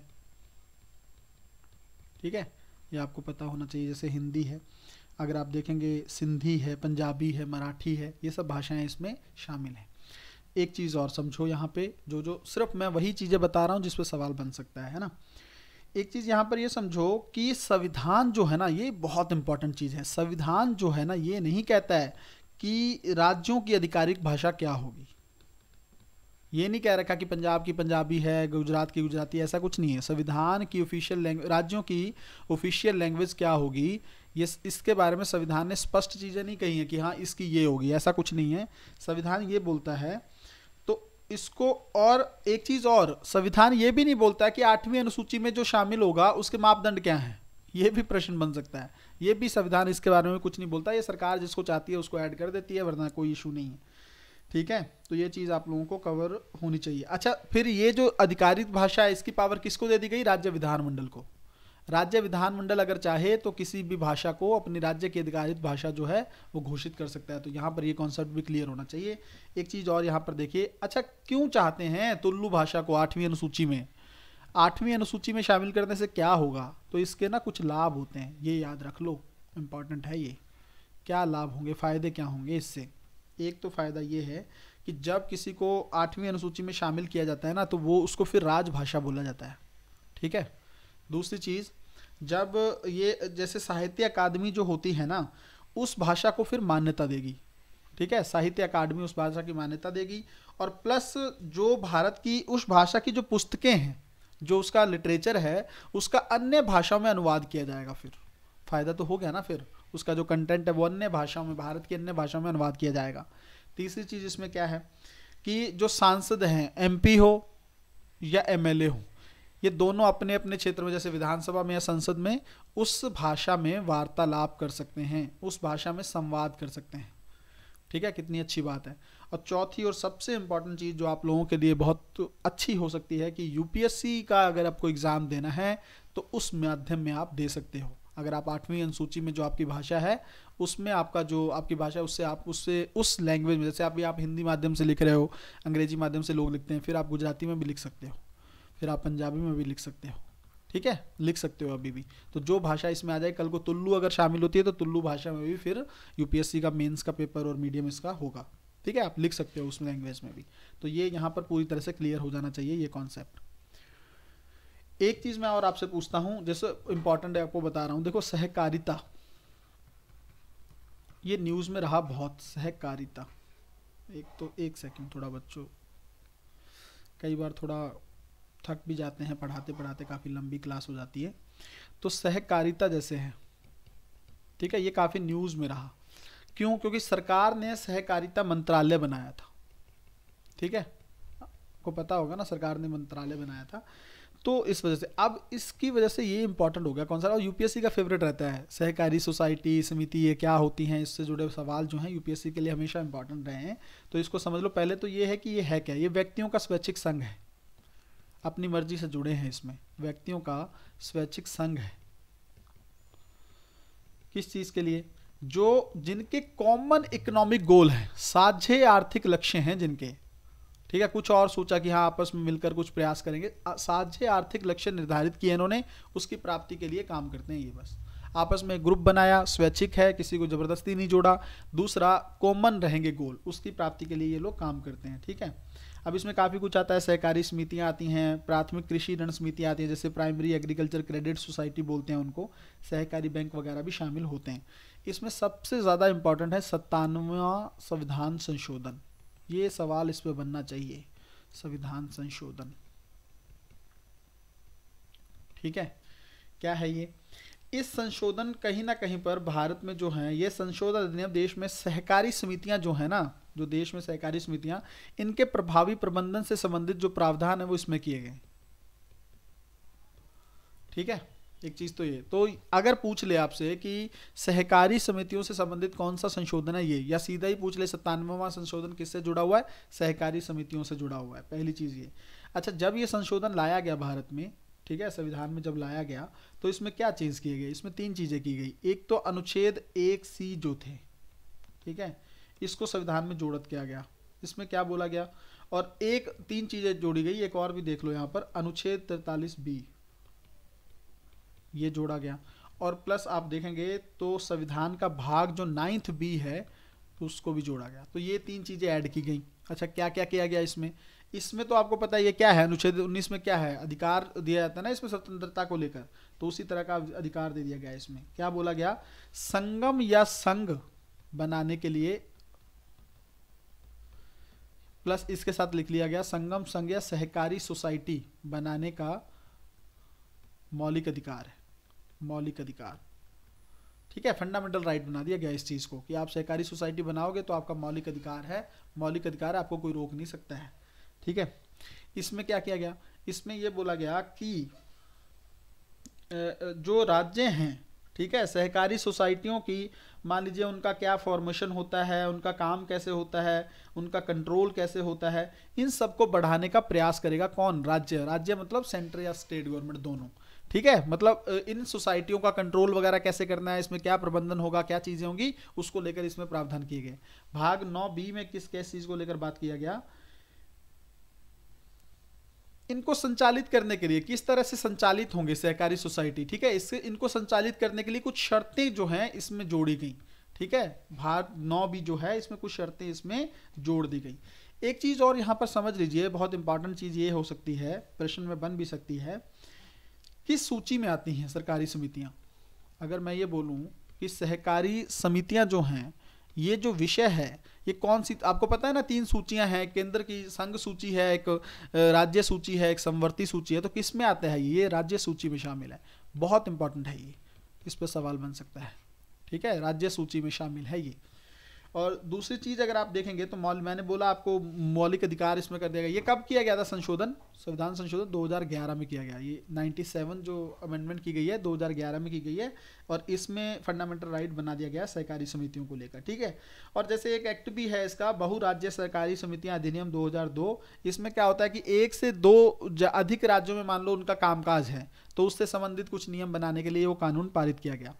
देखो अब इसको लेकर ना एक न्यूज थी करंट अफेयर की। इसमें हुआ क्या था कि सरकार ने, उच्चतम न्यायालय ने ये जो 97th अमेंडमेंट है ना, इसके कुछ भाग को उच्चतम न्यायालय ने खारिज कर दिया, निरस्त कर दिया, और कर सकता है सुप्रीम कोर्ट, ठीक है। तो क्या और क्यों किया निरस्त इसलिए किया, देखो क्या था कि अगर आपको ये जो अधिनियम है ना, ये 97 संशोधन अधिनियम, इसके लिए ना राज्यों की सहमति चाहिए थी, राज्यों की सहमति जरूरी थी, वो ली नहीं गई। मतलब मैं आपको थोड़ा सा फिर से बताता हूं, देखो संविधान में जब संशोधन होता है, मैंने आपको बताया था ना पहली वीडियो में कि कई बार कुछ संशोधन ऐसे होते हैं जिसमें दोनों सदनों में विशेष बहुमत के साथ साथ राज्यों की भी बहुमत की जरूरत होती है। जो राज्यों का सामान्य बहुमत चाहिए होता है, आधे से अधिक राज्यों का, है ना संविधान में ये कॉन्सेप्ट।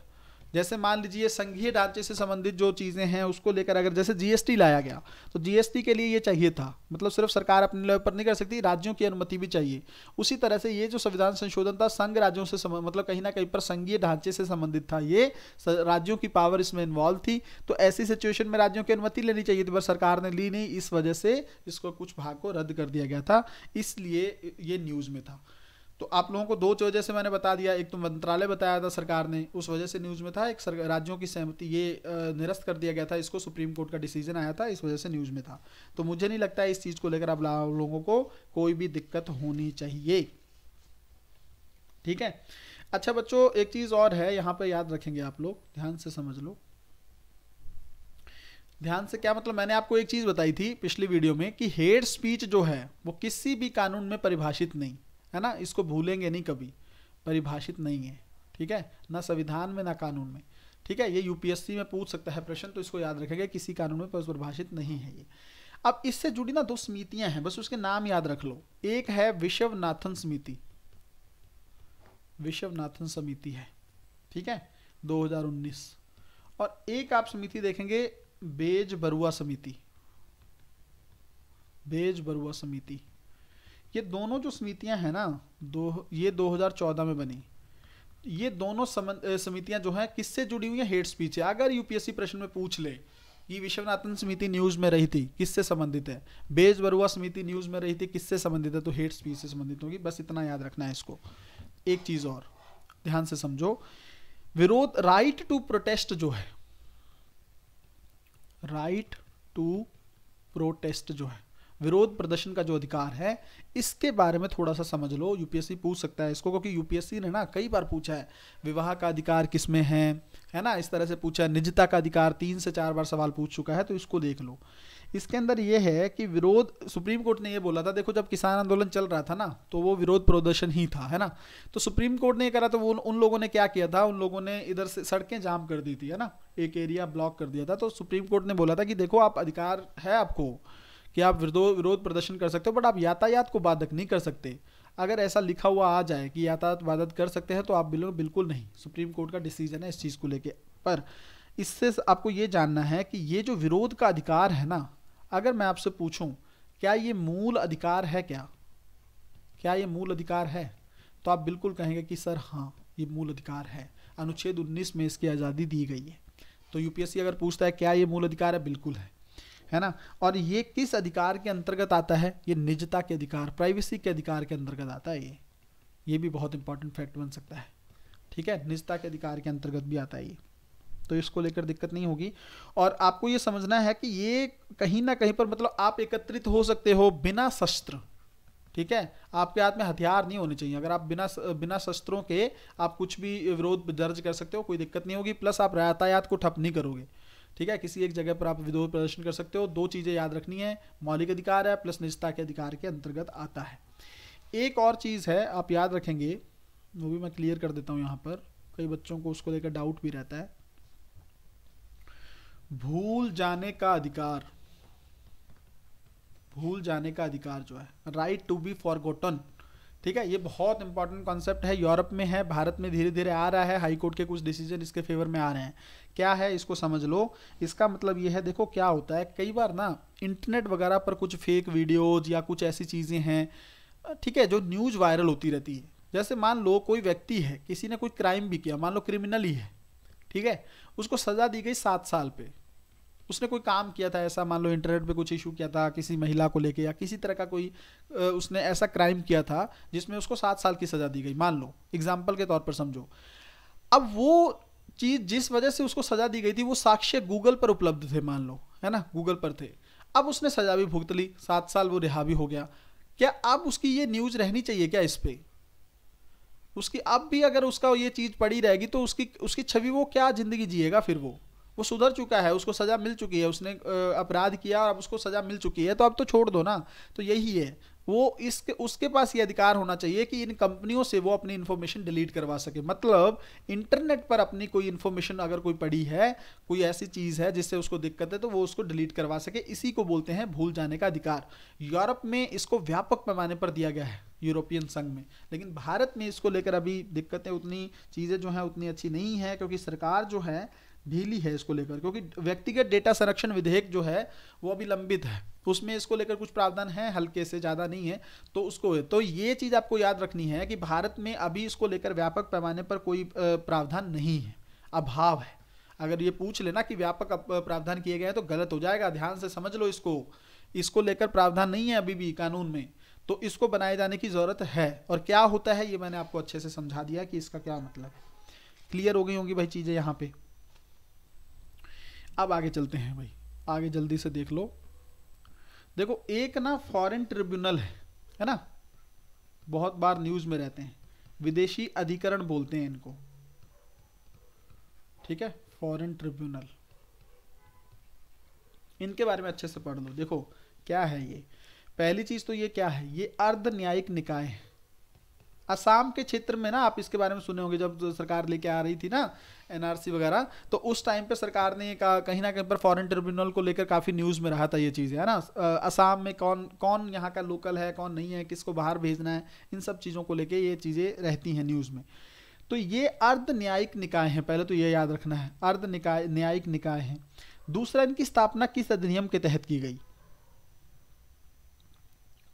विदेशी विषयक या अधिकरण, विदेशी अधिकरण अधिनियम बनाया था एक 1946, उसके तहत, प्लस 1964 के ना 1964 का ये अधिनियम था, और अगर आप इधर देखेंगे 1946 का अधिनियम था, ठीक है। तो दो चीज़ें हैं इसमें, ध्यान से एक बार फिर से रिपीट कर देता हूँ, क्लैरिटी होनी चाहिए। देखो एक तो है एक्ट है 1946 का, है ना, 1946 का एक्ट है, और एक 1964 का एक्ट है। इनके तहत इनको गठित किया गया, एक तो ये याद रखेंगे। दूसरी चीज़ ये है कि ये इनका काम क्या है, इनको ये पता लगाना है कि कोई व्यक्ति भारत का नागरिक है या नहीं। ये चेक करते हैं, डिसीजन देते हैं इसके बारे में, नागरिक है या नहीं, इसके बारे में ये लोग डिसीजन देते हैं। पहली बात तो ये, अगर ये पूछ ले पहली बार कब स्टैब्लिश किए गए थे फॉरेन ट्रिब्यूनल, तो 1964 याद रखेंगे, ठीक है। किसके संबंध में? असम के संबंध में, ठीक है। प्रश्न बन सकता है, बना लेंगे कब किए गए थे, या अगर पूछ ले किसी कानून के तहत, बिल्कुल किए गए थे, ठीक है, ऐसे नहीं था कि ऐसे हवा में कर दिया, किसी कानून के दो कानून थे 1946 और 1964। 46 और इसको इधर उधर कर देंगे तो दोनों याद रह जाएंगे अच्छे से, ठीक है। उसके अलावा क्या है, इसकी अध्यक्षता कौन करता है, एक इसका अध्यक्ष कौन होता है, सेवानिवृत्त अधिकारी होते हैं, न्यायिक अधिकारी, सेवानिवृत्त न्यायिक अधिकारी, ठीक है, ये इसके अध्यक्ष होते हैं। अच्छा, एक ना ये क्यों इंपॉर्टेंट, एक और चीज इसमें ये है, 2019 में ना इसको लेकर एक संशोधन किया गया था और ये बोल दिया होम मिनिस्ट्री ने, इसको ये बोल दिया गया था, पहले क्या था, फॉरेन ट्रिब्यूनल सिर्फ सेंट्रल गवर्नमेंट गठित कर सकती थी।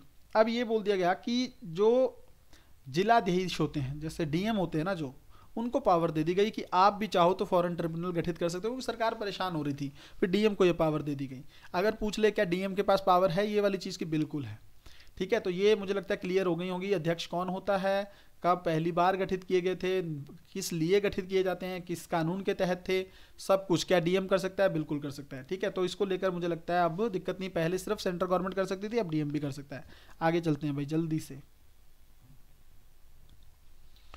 एक थोड़ा देख लो यहाँ पर, संसद का सत्र, संसद का जो सत्र है उसको आहूत, इसको लेकर कुछ कुछ प्रश्न यूपीएससी ने प्रीलिम्स में बहुत बार पूछे हैं। आप देखेंगे प्रीवियस से उठा के पिछले 4-5 साल में तो यूपीएससी का फेवरेट हो चुका है ये टॉपिक, ठीक है। तो इसके बारे में कुछ चीज़ें देखो, एक तो क्या है, अनुच्छेद 85 में इसको लेकर प्रावधान है कि संसद का सत्र कैसे आहूत होगा, ठीक है। इसके बारे में प्रावधान 85 में है।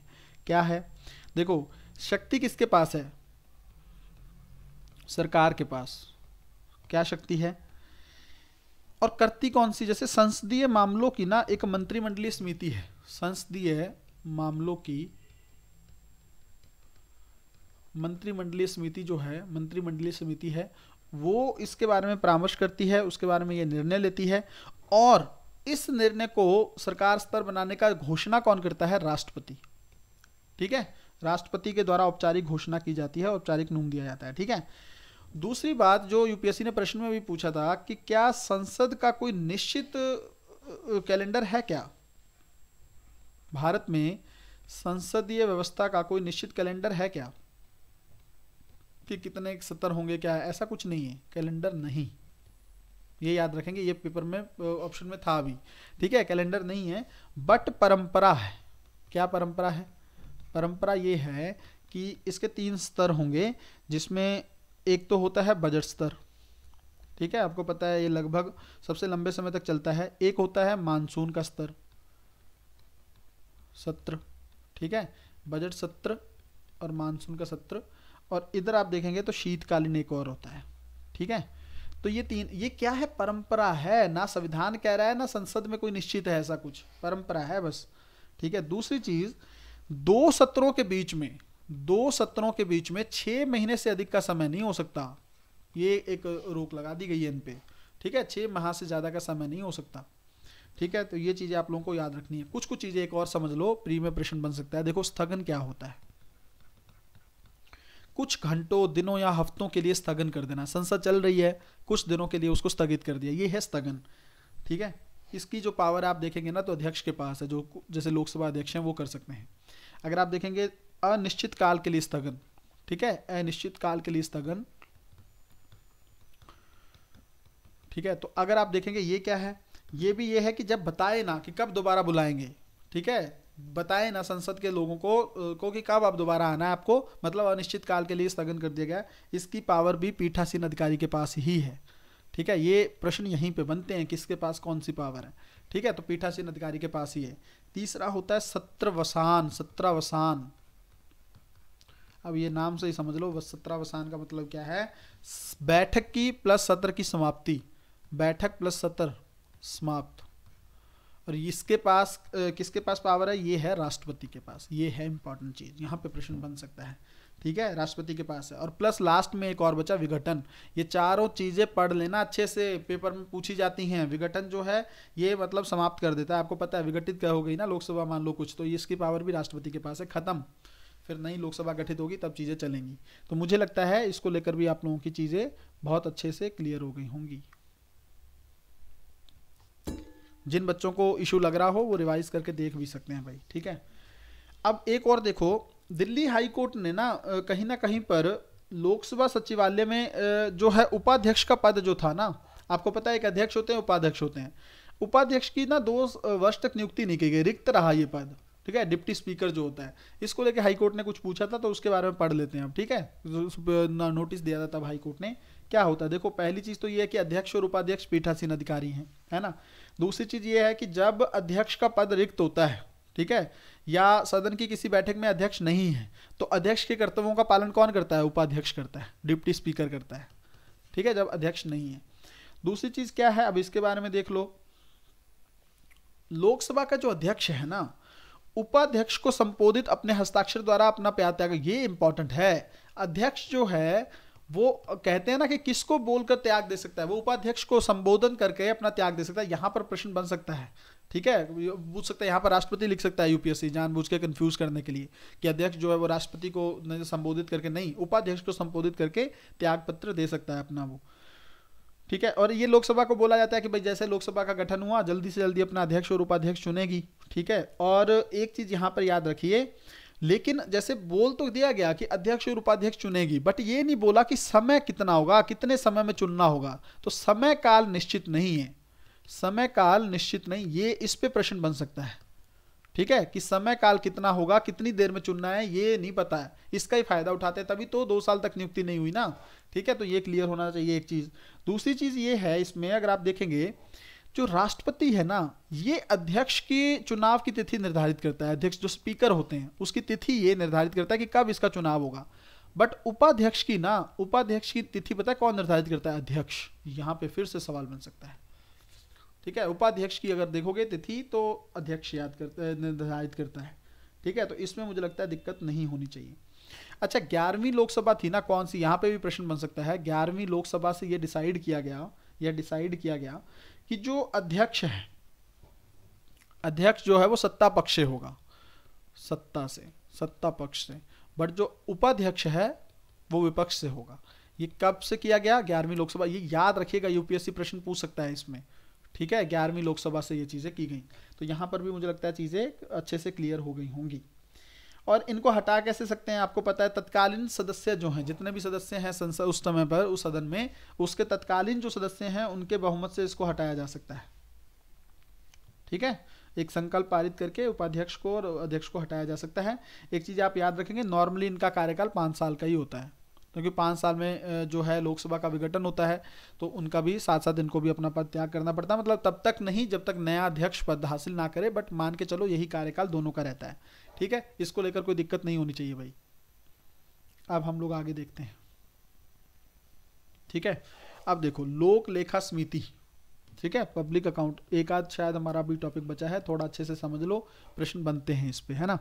लोक लेखा पब्लिक अकाउंट कमेटी क्या है, इसके बारे में पढ़ लो। दोनों तीनों बता देता हूँ, प्राक्कलन भी बता दूंगा, सरकारी उपक्रमों संबंधी समिति भी बता दूंगा। ये न्यूज़ में रहती हैं, लगातार न्यूज़ में रहती हैं ये। सबसे पहले तो ये समझ लो कि ये जो है ना, ये सबसे पुरानी समिति है, संसदीय समिति है। सबसे पुरानी संसदीय समिति अगर पूछे कौन सी है, लोक लेखा समिति। पहली चीज, इसको पहला पॉइंट लिख लो। दूसरा पॉइंट इसमें ये लिख लो कि भाई 1921 में इसको बनाया गया था पहली बार। ठीक है, जो 1919 का अधिनियम आया था ना, जेम्स फोर्ड का अधिनियम, उसके तहत इसका पहली बार 1921 में गठन किया गया। किसका? पब्लिक अकाउंट कमेटी का, जिसको हिंदी में बोलते हैं लोक लेखा समिति। दूसरा, तीसरी चीज इसमें क्या है, इसमें कितने सदस्य होते हैं? तो टोटल इसमें होते हैं 22 में 15 लोकसभा से और 7 जो है वो राज्यसभा से होते हैं। तो कोई दिक्कत नहीं होनी चाहिए यहाँ पे। ठीक है, अगर मैं आपसे ये पूछूं कि इसके प्रथम अध्यक्ष जो 1921 में बनी, इसके इस समय इसके अध्यक्ष कौन थे पहले, तो आप इसका नाम बोलेंगे WM हेली। ठीक है, ये याद रखेंगे आप, इसके प्रथम अध्यक्ष थे। और अगर मैं पूछूं कि प्रथम भारतीय अध्यक्ष कौन थे, प्रथम भारतीय अध्यक्ष कौन थे पब्लिक अकाउंट कमेटी के, तो आप बोलेंगे कि सर भूपेंद्र नाथ मित्रा जो हैं, भूपेंद्र नाथ मित्रा, ये इसके प्रथम अध्यक्ष थे। इसमें कोई डाउट नहीं होना चाहिए। ठीक है, अच्छा हुआ क्या, 1967 तक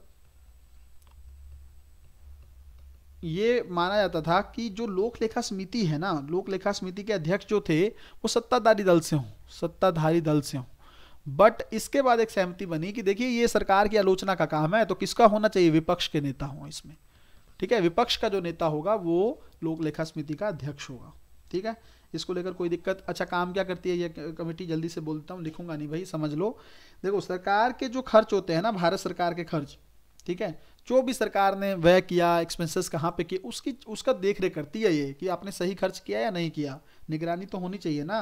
सरकार के जो वार्षिक वित्त लेखा हैं उनके बारे में कहीं ना कहीं पर जांच करती है कि सही कर रहे हैं, खाते सही चल रहे हैं, कोई गलती तो नहीं है। तो कहीं ना कहीं पर अगर आप देखोगे तो फाइनेंशियल जो वर्क है सरकार का, पैसा कहाँ पर लगा रही है, कहाँ खर्च कर रही है, कहाँ से आ रहा है, एवरीथिंग, ये जो है इस पार्टी के द्वारा, कहीं ना कहीं पर इसके द्वारा, कमेटी के द्वारा ये निगरानी की जाती है। कोई दिक्कत नहीं होनी चाहिए यहाँ पे। अब देखो, जब ये पढ़ लिया है तो 2 कमेटियाँ और हैं इंपॉर्टेंट, वो भी पढ़ लो। एक है प्राक्कलन समिति, प्राक्कलन समिति, ठीक है, बहुत इंपॉर्टेंट है। इस पे यूपीएससी ने कई बार सवाल पूछा है। सवाल ये पूछा था, बता देता हूँ, पहले ये देख लो कब से, 1950 में बनाई गई। वो 1921 में थी, ये 1950 में बनाई गई पहली बार। ठीक है, और इसमें पहले तो देखो 25 सदस्य थे, बाद में इसमें 30 सदस्य कर दिए गए। और सवाल इसी पे था, ये 30 के 30 सदस्य जो हैं वो लोकसभा के होते हैं। ठीक है, सभी इसमें होते हैं। और दूसरा सवाल इस पे था कि सबसे ज़्यादा जो सदस्य हैं वो कौन सी समिति में है, सबसे बड़ी जो समिति है वो कौन सी है, संसदीय समिति, तो यही है। कौन सी, प्राक्कलन समिति, क्योंकि इसमें 30 सदस्य होते हैं, इसमें 22 थे ना, कहाँ गया ये, इसमें लगभग 22 थे, इसमें आप देखोगे तो 30 है। सबसे ज़्यादा सदस्य इसी में है, और सभी के सभी कहाँ से होते हैं, लोकसभा से होते हैं। कोई दिक्कत नहीं होगा इसमें, कोई दिक्कत नहीं होगी। ठीक है, और प्राक्कलन समिति कुछ नहीं है, बजट के लेखा लोखा देखती है कि कितना आकलन हमें करना है, कितना पैसा कहाँ पे लगाना है। ये तो आलोचना देख रही थी कि कहाँ किया गया खर्च वो सही है या गलत है। ये सिर्फ देखती है कि कहाँ पर हमें कितना खर्च करना है, किस पॉलिसी में कितना लगाना है, ये प्राक्कलन हिसाब लगाती है। ठीक है, कुछ आकलन करती है उन चीज़ों को लेके, तो इसीलिए इसमें सरकार के ही लोग होते हैं, सारे लोकसभा के ही लोग शामिल होते हैं। अब इधर देख लो, तीसरी एक और है, वो भी देख लो भाई जल्दी से, सरकारी उपक्रमों संबंधित समिति, सरकारी उपक्रमों संबंधित समिति। ठीक है, तो इसके अंदर क्या है, पहली चीज कब बनाई गई थी ये, 1964 में। और किसकी सिफारिश पर, कृषि मेनन समिति बनाई गई थी, एक कृष्ण मेनन समिति की सिफारिश पर बनाई गई थी। ठीक है, कृष्ण मेनन समिति की सिफारिश पर इसको बनाया गया था, गठित किया गया था। ठीक है, दूसरी चीज है कि यहां पर पॉइंट देख लो आप लोग अच्छे से कि 1900 पहले इसकी संख्या 15 थी। ठीक है, बाद में इसकी संख्या बनाकर 22 कर दी गई, और सेम वैसे ही है, 15 सदस्य लोकसभा से, 2 उसके। ठीक है, बट इसका जो अध्यक्ष है वो लोकसभा अध्यक्ष जो है उसकी नियुक्ति करते हैं। ठीक है, और ये कुछ नहीं है, सरकारी उपक्रमों के संबंधित जो लेखा जोखा है वो सब ये समिति करती है। ठीक है, तो तीनों समितियां जो है हम लोगों ने बहुत अच्छे से देख ली हैं। अगर हम समितियां पढ़ रहे हैं तो हमारा एक फर्ज बनता है कि हम कैग के बारे में 1-2 चीजें देख लें। कैग तो आपने पढ़ा होगा, नियंत्रक और महालेखा परीक्षक बोलते हैं इसको। एक तो ये है कि ये अनुच्छेद 148 में है। ठीक है, तो इसका मतलब ये संवैधानिक संस्थान है। ठीक है, विधिक नहीं है, कुछ नहीं है, संवैधानिक है, कॉन्स्टिट्यूशन में जिक्र है इसका। ठीक है, बोलते क्या है इसको, अगर आपसे यूपीएससी प्रश्न में ये पूछ ले कि भारतीय लेखा परीक्षा और लेखा विभाग का प्रमुख कौन है, लेखा परीक्षा और लेखा विभाग एवं लेखा विभाग का प्रमुख कौन है, लेखा विभाग का प्रमुख कौन है, तो प्रश्न में आंसर में क्या लिखोगे। अगर पूछ ले फाइनेंस कमीशन है, नहीं, गलत हो जाएगा, कैग है। ठीक है, इसको याद रखना है, इसी के लिए मैंने आपको ये लाइन बताई है, क्योंकि प्रश्न इस पर बन सकता है। काम क्या करता है कैग, 3 रिपोर्ट देता है राष्ट्रपति को। एक तो याद रखना किसको रिपोर्ट देता है, राष्ट्रपति को। और कितनी रिपोर्ट देता है, 3 रिपोर्ट। कौन कौन सी रिपोर्ट्स देता है, पहली रिपोर्ट देता है विनियोग लेखा पर। ठीक है, विनियोग लेखा पर देता है। दूसरी रिपोर्ट देता है वित्त लेखाओं पर। ठीक है, ये पढ़े तो कई बार होंगे बट याद नहीं रहता है, याद रख लीजिएगा, यहीं पे फंसता है। और सार्वजनिक लेखाओं पर। ठीक है, सार्वजनिक उपक्रमों को लेकर पर लेखा परीक्षा को लेकर रिपोर्ट देता है। ये 3 रिपोर्टें जो हैं वो कैग राष्ट्रपति को सबमिट करता है, तो इसको नहीं भूलेंगे, सबसे अच्छी चीज। और ये जो रिपोर्टें रखी हैं, राष्ट्रपति को दिया इसने, राष्ट्रपति इसको संसद में रखेगा। इन संसद में रखी रिपोर्ट की जांच कौन करती है, पब्लिक अकाउंट कमेटी, लोक लेखा समिति, जिसके बारे में अभी हम लोगों ने पढ़ा था, जो 1921 में बनाई गई थी। ठीक है, कोई दिक्कत नहीं होनी चाहिए यहाँ पर। एक थोड़ा सा और समझ लो, एक होती हैं डिपार्टमेंटल जो कमेटियाँ हैं।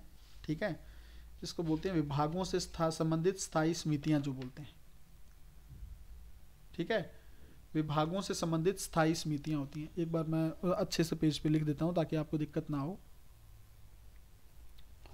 देखो इसको क्या बोलते हैं, विभागों, डिपार्टमेंट से संबंधित, विभागों से संबंधित स्थायी समितियां, स्थायी जो समितियां हैं उसके बारे में यूपीएससी सवाल पूछ सकता है। यही एक चीज पोर्शन बच रहा है समितियों के मामले में, तो इसको देख लो। पहली तो ये है कि इनका गठन कौन करता है, संसद। यहाँ पे इंपॉर्टेंट चीज है, संसद गठन करती है इसका, ठीक है।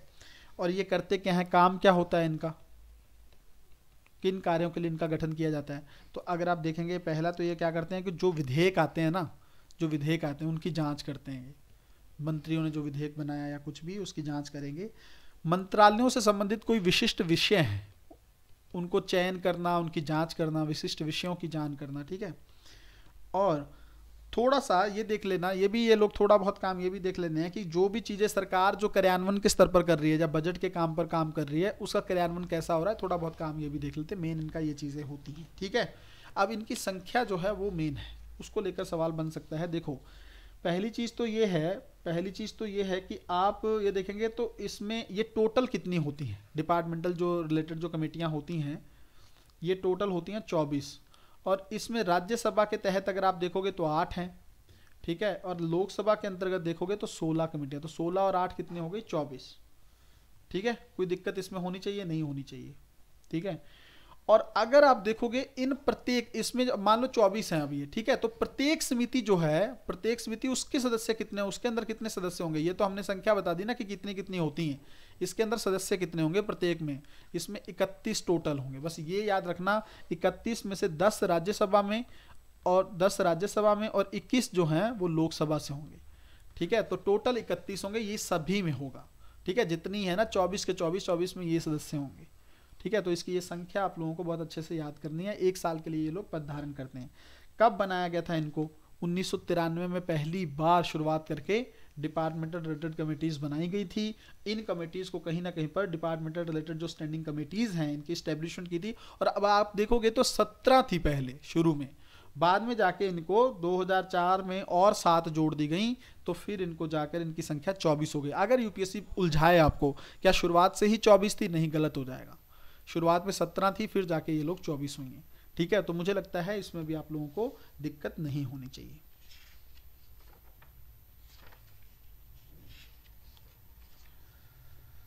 ठीक है भाई, एक और हम कॉन्सेप्ट जल्दी से देख लेते हैं ताकि आप लोगों का, फिर आप लोगों को फ्री कर दूं। मुझे लग रहा है लंबी हो गई क्लास, बट क्या करें, अब करना है हम लोगों को। हमारे टारगेट्स बड़े हैं, हमारा मुकाम बड़ा है, हमें आईएएस बनना है। तो आईएएस बनने के लिए हमें मेहनत भी ज़्यादा करनी पड़ेगी, इसलिए आप लोगों को बिल्कुल भी परेशान नहीं होना है, ठीक है।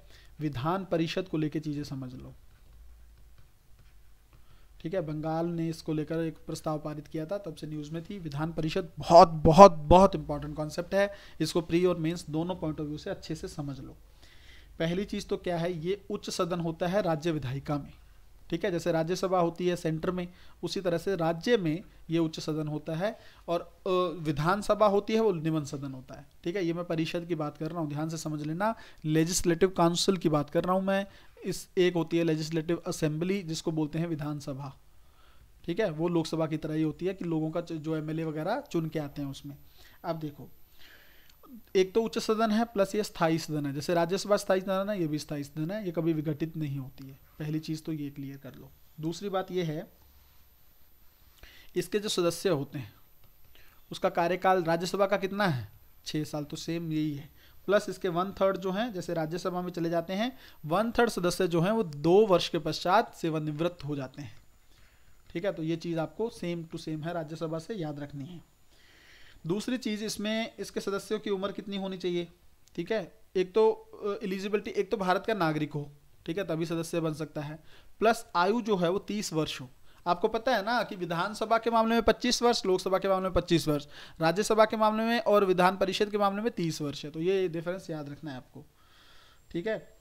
और कर कौन सकता है गठन इसका, ये है मेन। इस पे प्रश्न पूछा था यूपीएससी ने। विधान परिषद का कौन कर सकता है, संसद कर सकती है, ठीक है। संसद चाहे तो हटा सकती है, बिगाड़ सकती है, बट उसके लिए राज्य जो है, राज्य की विधानसभा जो है वो अगर प्रस्ताव पारित करती है तो फिर संसद इसके बारे में सोचेगी। बट ये प्रस्ताव कैसा होना चाहिए, विशेष बहुमत का। ये भी प्रश्न पूछ चुका है, शायद नहीं पूछा है तो ये पूछने वाला प्रश्न है। विशेष बहुमत चाहिए यहाँ पर। आपको एक चीज़ और क्लियर करूं, बिल्कुल सरप्राइजिंग तरीके से आप देखेंगे, जो मैंने अभी आपको बोला था कि संविधान संशोधन के लिए राज्यों की सहमति चाहिए, वहाँ पर सामान्य बहुमत चाहिए, आधे से अधिक राज्यों का, सिर्फ सामान्य बहुमत। बट यहाँ पे क्या चाहिए? विशेष बहुमत। किसके लिए? विधान परिषद के लिए। क्लियर हो गई ना चीज़ें? अब ये कॉन्सेप्ट क्लियर होना चाहिए, इसी से इस तरह के सवाल जो हैं फिर हमारे गलत नहीं होगी। अच्छा, इसकी संख्या को लेकर क्या चीज़ें हैं? एक तो ये है कि जितनी विधानसभा की टोटल स्ट्रेंथ है उसका 1/3 से ज़्यादा नहीं होना चाहिए इसमें, ठीक है, 1/3 से ज़्यादा ना हो, प्लस 40 से कम ना हो सदस्य, 1/3 से ज़्यादा ना हो और 40 टोटल से कम ना हो, ठीक है। तो ये याद रखना, विधान सभा के 1/3 1/3 होना चाहिए। कौन कौन से सदस्य इसमें होंगे, संरचना क्या होगी, ये है इंपॉर्टेंट, इस पे भी देख लो अच्छे से।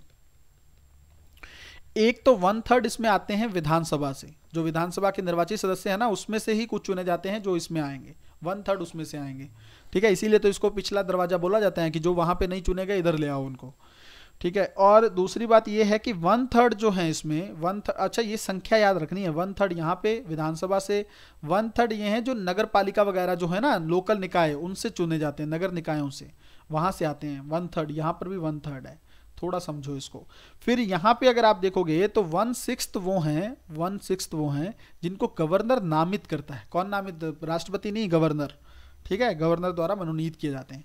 एक और दो जगह 1/12 है, ये हैं 1/12 वो हैं जो स्नातक हैं, राज्य में जो ग्रेजुएशन किए गए होते हैं ना, ग्रेजुएट होते हैं, उनको नियुक्त कर सकते हैं।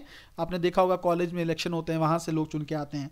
और इधर अगर आप देखोगे तो 1/12 और जगह हैं जिसमें अध्यापक जो होते हैं उस राज्य में, उसमें से चुने जाते हैं, ठीक है। तो ये टोटल अगर आप देखोगे तब जाके ये 100% बन जाएगा, किसमें? विधान परिषद में, ठीक है, विधान परिषद का। तो ये याद रखना, यहाँ पे कंफ्यूजन पता है कहाँ होती है? 1/6 में। गवर्नर कितने करता है? लगता है सबको ये है कि 1/3 होगा या 1/12 होगा, क्या होगा, नहीं, 1/6 है ये। तो ये चीज़ें आप लोगों को भूलनी नहीं है, बिल्कुल भी दिक्कत नहीं होनी चाहिए। बाकी डिफरेंस तो आप लोगों को पता ही होगा, है ना, विधान परिषद और विधानसभा में क्या क्या डिफरेंस है वो मैंने बोला ही है ना। वो लोकल सदन है, आपको पता है, उसमें लोग चुन के आते हैं। विधान परिषद में इस तरह से हो रहा है, निर्वाचन कहाँ हो रहा है इसमें? सिर्फ लोकसभा विधानसभा के लोग आ रहे हैं और प्लस जो नामित किए जा रहे हैं लोग। और मैंने एज का डिफरेंस बताया, विधान परिषद में क्या है, 30 साल की एज होनी चाहिए और उधर आपको 25 साल की एज होनी चाहिए, है ना। तो ये चीज़ें आप लोगों को अच्छे से याद में रखनी है। मनी बिल को लेके सेम पावर्स हैं, मनी बिल को लेकर राज्यसभा के पास कोई पावर नहीं है ना, धन विधेयक को लेकर। उसी तरह से जो आपकी विधान परिषद है इसके पास भी कोई खास पावर है नहीं, ठीक है। तो ये कुछ चीज़ें आपको बतानी थी विधान परिषद को लेकर, मुझे लगता है इसको लेकर आपको दिक्कत नहीं होनी चाहिए, ठीक है। एक लास्ट कॉन्सेप्ट है, बिल्कुल परेशान नहीं होना, ये समझ लो आप। यहाँ पे देखो, राज्यसभा में अगर किसी सदस्य का निलंबन होता है, ठीक है, पहली चीज तो ये कर कौन सकता है? कौन कर सकता है? ये कर सकता है सभापति, है ना, सभापति में हम बात कर रहे हैं। अच्छा, सभापति ना इसका निलंबन, मान लो कोई परेशान कर रहा है, कोई, आपको पता है कि इस तरह से हो हल्ला होता है कई बार, तो सभापति चिढ़ जाता है, तो सभापति ने किसी को मान लीजिए निलंबित कर दिया, बट क्या सभापति वापस उसको ला सकता है? नहीं, ये गलत हो जाए, यहीं पे फंसाएगा यूपीएससी। सभापति उसको वापस नहीं ला सकता, फिर उसका निलंबन रद्द नहीं कर सकता। उसका निलंबन रद्द कौन करेगा? सदन करेगा। राज्यसभा एक प्रस्ताव पारित करेगी, फिर जाके उसका निलंबन वापस होगा, तब जाके वो संसद में आएगा। वरना जितने दिन निलंबन है उसके बाद तक वो खुद से गुजार सकता है, उसके लिए प्रस्ताव की जरूरत नहीं। मान लो 1 महीने के लिए निलंबित किया, तो 1 महीने तक तो उसको कोई, अगर 1 महीने से पहले उसको बुलाना है तब ये प्रस्ताव चाहिए होगा। तो आपको अब यहाँ पर दिक्कत नहीं होनी चाहिए, है ना। एक 91th अमेंडमेंट याद रखिएगा, 91वां संविधान संशोधन जो है, इसके अंदर ये जिक्र, ये कई बार सवाल पूछा जा चुका है प्री में स्टेटमेंट के फॉर्म में। इस संशोधन के माध्यम से क्या क्या है इसके अंदर? इसके अंदर ये है कि लोकसभा में जो मंत्री परिषद की जो क्षमता है ना, केंद्रीय कैबिनेट जो है, मंत्री परिषद जो है, इसमें सदस्यों की जो संख्या है वो लोकसभा के कुल टोटल से 15% से ज़्यादा नहीं हो सकती है। आपको पता है ना, कैबिनेट बनती है जैसे, है ना, सरकार कैबिनेट बनाती है ना, आपने देखा होगा, गृह मंत्री, फाइनेंस मिनिस्टर, कुछ कुछ मंत्री इसमें कैबिनेट के शामिल होते हैं। ये जो स्ट्रेंथ है ना, 15% से ज़्यादा नहीं हो सकती टोटल लोकसभा की संख्या जो है, ठीक है, 15%। ये किसके अंदर लाया गया? 91वें संविधान संशोधन। तो ये यूपीएससी पूछा है कई बार पूछा है, तो आपको इसको, इस संशोधन को भूलना नहीं है, इसको याद रखना है अच्छे से, ठीक है। 91वां संविधान संशोधन है। मुझे लगता है काफ़ी हद तक चीज़ें हमारी हो चुकी हैं आज के लेक्चर में, और कोशिश करेंगे हम लोग आने वाले टाइम में भी इसको बहुत अच्छे तरीके से कवर अप करते रहें। देखो ध्यान से इस चीज़ को मैं आप लोगों को बताना चाहता हूँ। देखो बच्चों, क्या होता है, कई बार हम चीज़ें जो हैं हमारी वो उस तरह से कवर अप नहीं कर पाते, इसलिए हमारा ज़रूरत पड़ जाती है कि हम होलिस्टिकली कवर करें, है ना। मैं पूरी मेहनत कर रहा हूँ आप लोगों के लिए। अब आप लोग देख रहे होंगे कि कितना कब से बोल के मैं लगा हूँ, 1.5-2 घंटे होने को आए हैं। बहुत बुरी हालत है अभी बोलने के बाद, बहुत कंडीशन अच्छी नहीं है, बट आप लोगों के लिए करना है तो क्या कर सकते हैं। मैं तो नहीं सोचता कि कोई ऑप्शन है मेरे पास, मुझे मेहनत करनी है आप लोगों के लिए, क्योंकि हिंदी मीडियम का रिजल्ट चेंज होना चाहिए, है ना। इस तरह से पढ़ोगे ना, अब देखो ये वीडियो आपने देखी है, 2 वीडियो है ना, तो इनमें से आपको पता चला होगा कि सर किस तरह से नोट्स चीज़ें होती हैं, कौन सी चीज़ इंपॉर्टेंट है, कौन सी इंपॉर्टेंट नहीं है, किस तरह से पढ़ना है ना, कौन सी चीज़ ज़्यादा इंपॉर्टेंट बन जाती है, किस पर प्रश्न पूछा जा सकता है। हर सब्जेक्ट, अभी तो पॉलिटी हुआ है, अभी आप देखना सारे सब्जेक्ट हम कवर करेंगे। तो बस आप लोगों से एक ही मैं आग्रह करता हूँ, एक तो देखो कमेंट वगैरह किया करो, आप लोग पार्टिसिपेट नहीं करते चीज़ों में, कम से कम बताओ तो सही। देख के बिल्कुल इनएक्टिव बच्चे हो आप, बिल्कुल मतलब ऐसा कि देख लिया, व्यूज कर दिया, बस उससे क्या है, थोड़ा पार्टिसिपेट करो, कमेंट करो, बाकी बच्चों को भी मोटिवेशन मिलेगा उससे। दूसरा, शेयर करने में इतना कितना समय लग रहा है आप लोगों को, ठीक है। अपने ग्रुप्स में, व्हाट्सअप स्टेटस में, जहां पे भी आप लोग शेयर कर सकते हो उसको शेयर करो, ताकि कंटेंट बाकी बच्चों तक भी पहुंचे। खुद को ही बेनिफिट क्यों लेना है, बाकी लोगों तक भी तो पहुंचना चाहिए, तभी तो सिलेक्शन बढ़ेगा ना। दूसरों का सोचोगे ना तभी खुद का भला होगा। मेरी एक चीज़ याद रखना, कर्मा बोलते हैं ना, अगर दूसरों का भला कर रहे होगे तो खुद पे अच्छा अपने आप हो जाएगा, खुद कब सेलेक्ट हो जाओगे पता भी नहीं चलेगा, ठीक है। तो इस चीज़ को लेकर बिल्कुल थोड़ा सा आप लोगों को, मुझे नहीं लगता है कि आपको वो रहना है, कंजूसी नहीं करनी है भाई। शेयर करने के मामले में थोड़ा सा दिल बड़ा करना है, कमेंट भी करना है, शेयर करना है, अच्छे से नोट्स बनाते चले जाना है। जल्दी से हमारा इस सेशन का अगला वीडियो भी, वीकली मैंने बोला था 2 वीडियो आएंगे, 2 वीडियो आपके आ चुके हैं, ठीक है। अब नेक्स्ट वीक में 2 वीडियो फिर आएंगे। इस तरह से हम लोग करते करते बहुत अच्छे से 36 महीनों का करंट अफेयर, ठीक है। सोच के देखिए कितना आसान नहीं है, बट करवाना है, किसी भी तरीके से करवाना है, और इस प्रोग्राम को हम हर हाल में आप और हम मिलकर सक्सेसफुल बनाएंगे, ठीक है, इसको सफल बनाकर रहेंगे, ठीक है। तो भाई अच्छे से अपनी तैयारी करते रहिए, बहुत अच्छे से आगे बढ़ते रहिए, मेहनत करते रहिए। मिलते हैं अगली वीडियो में, तब तक अपना ध्यान रखें, अपनी पढ़ाई को बहुत अच्छे तरीके से करते रहें। बहुत बहुत धन्यवाद।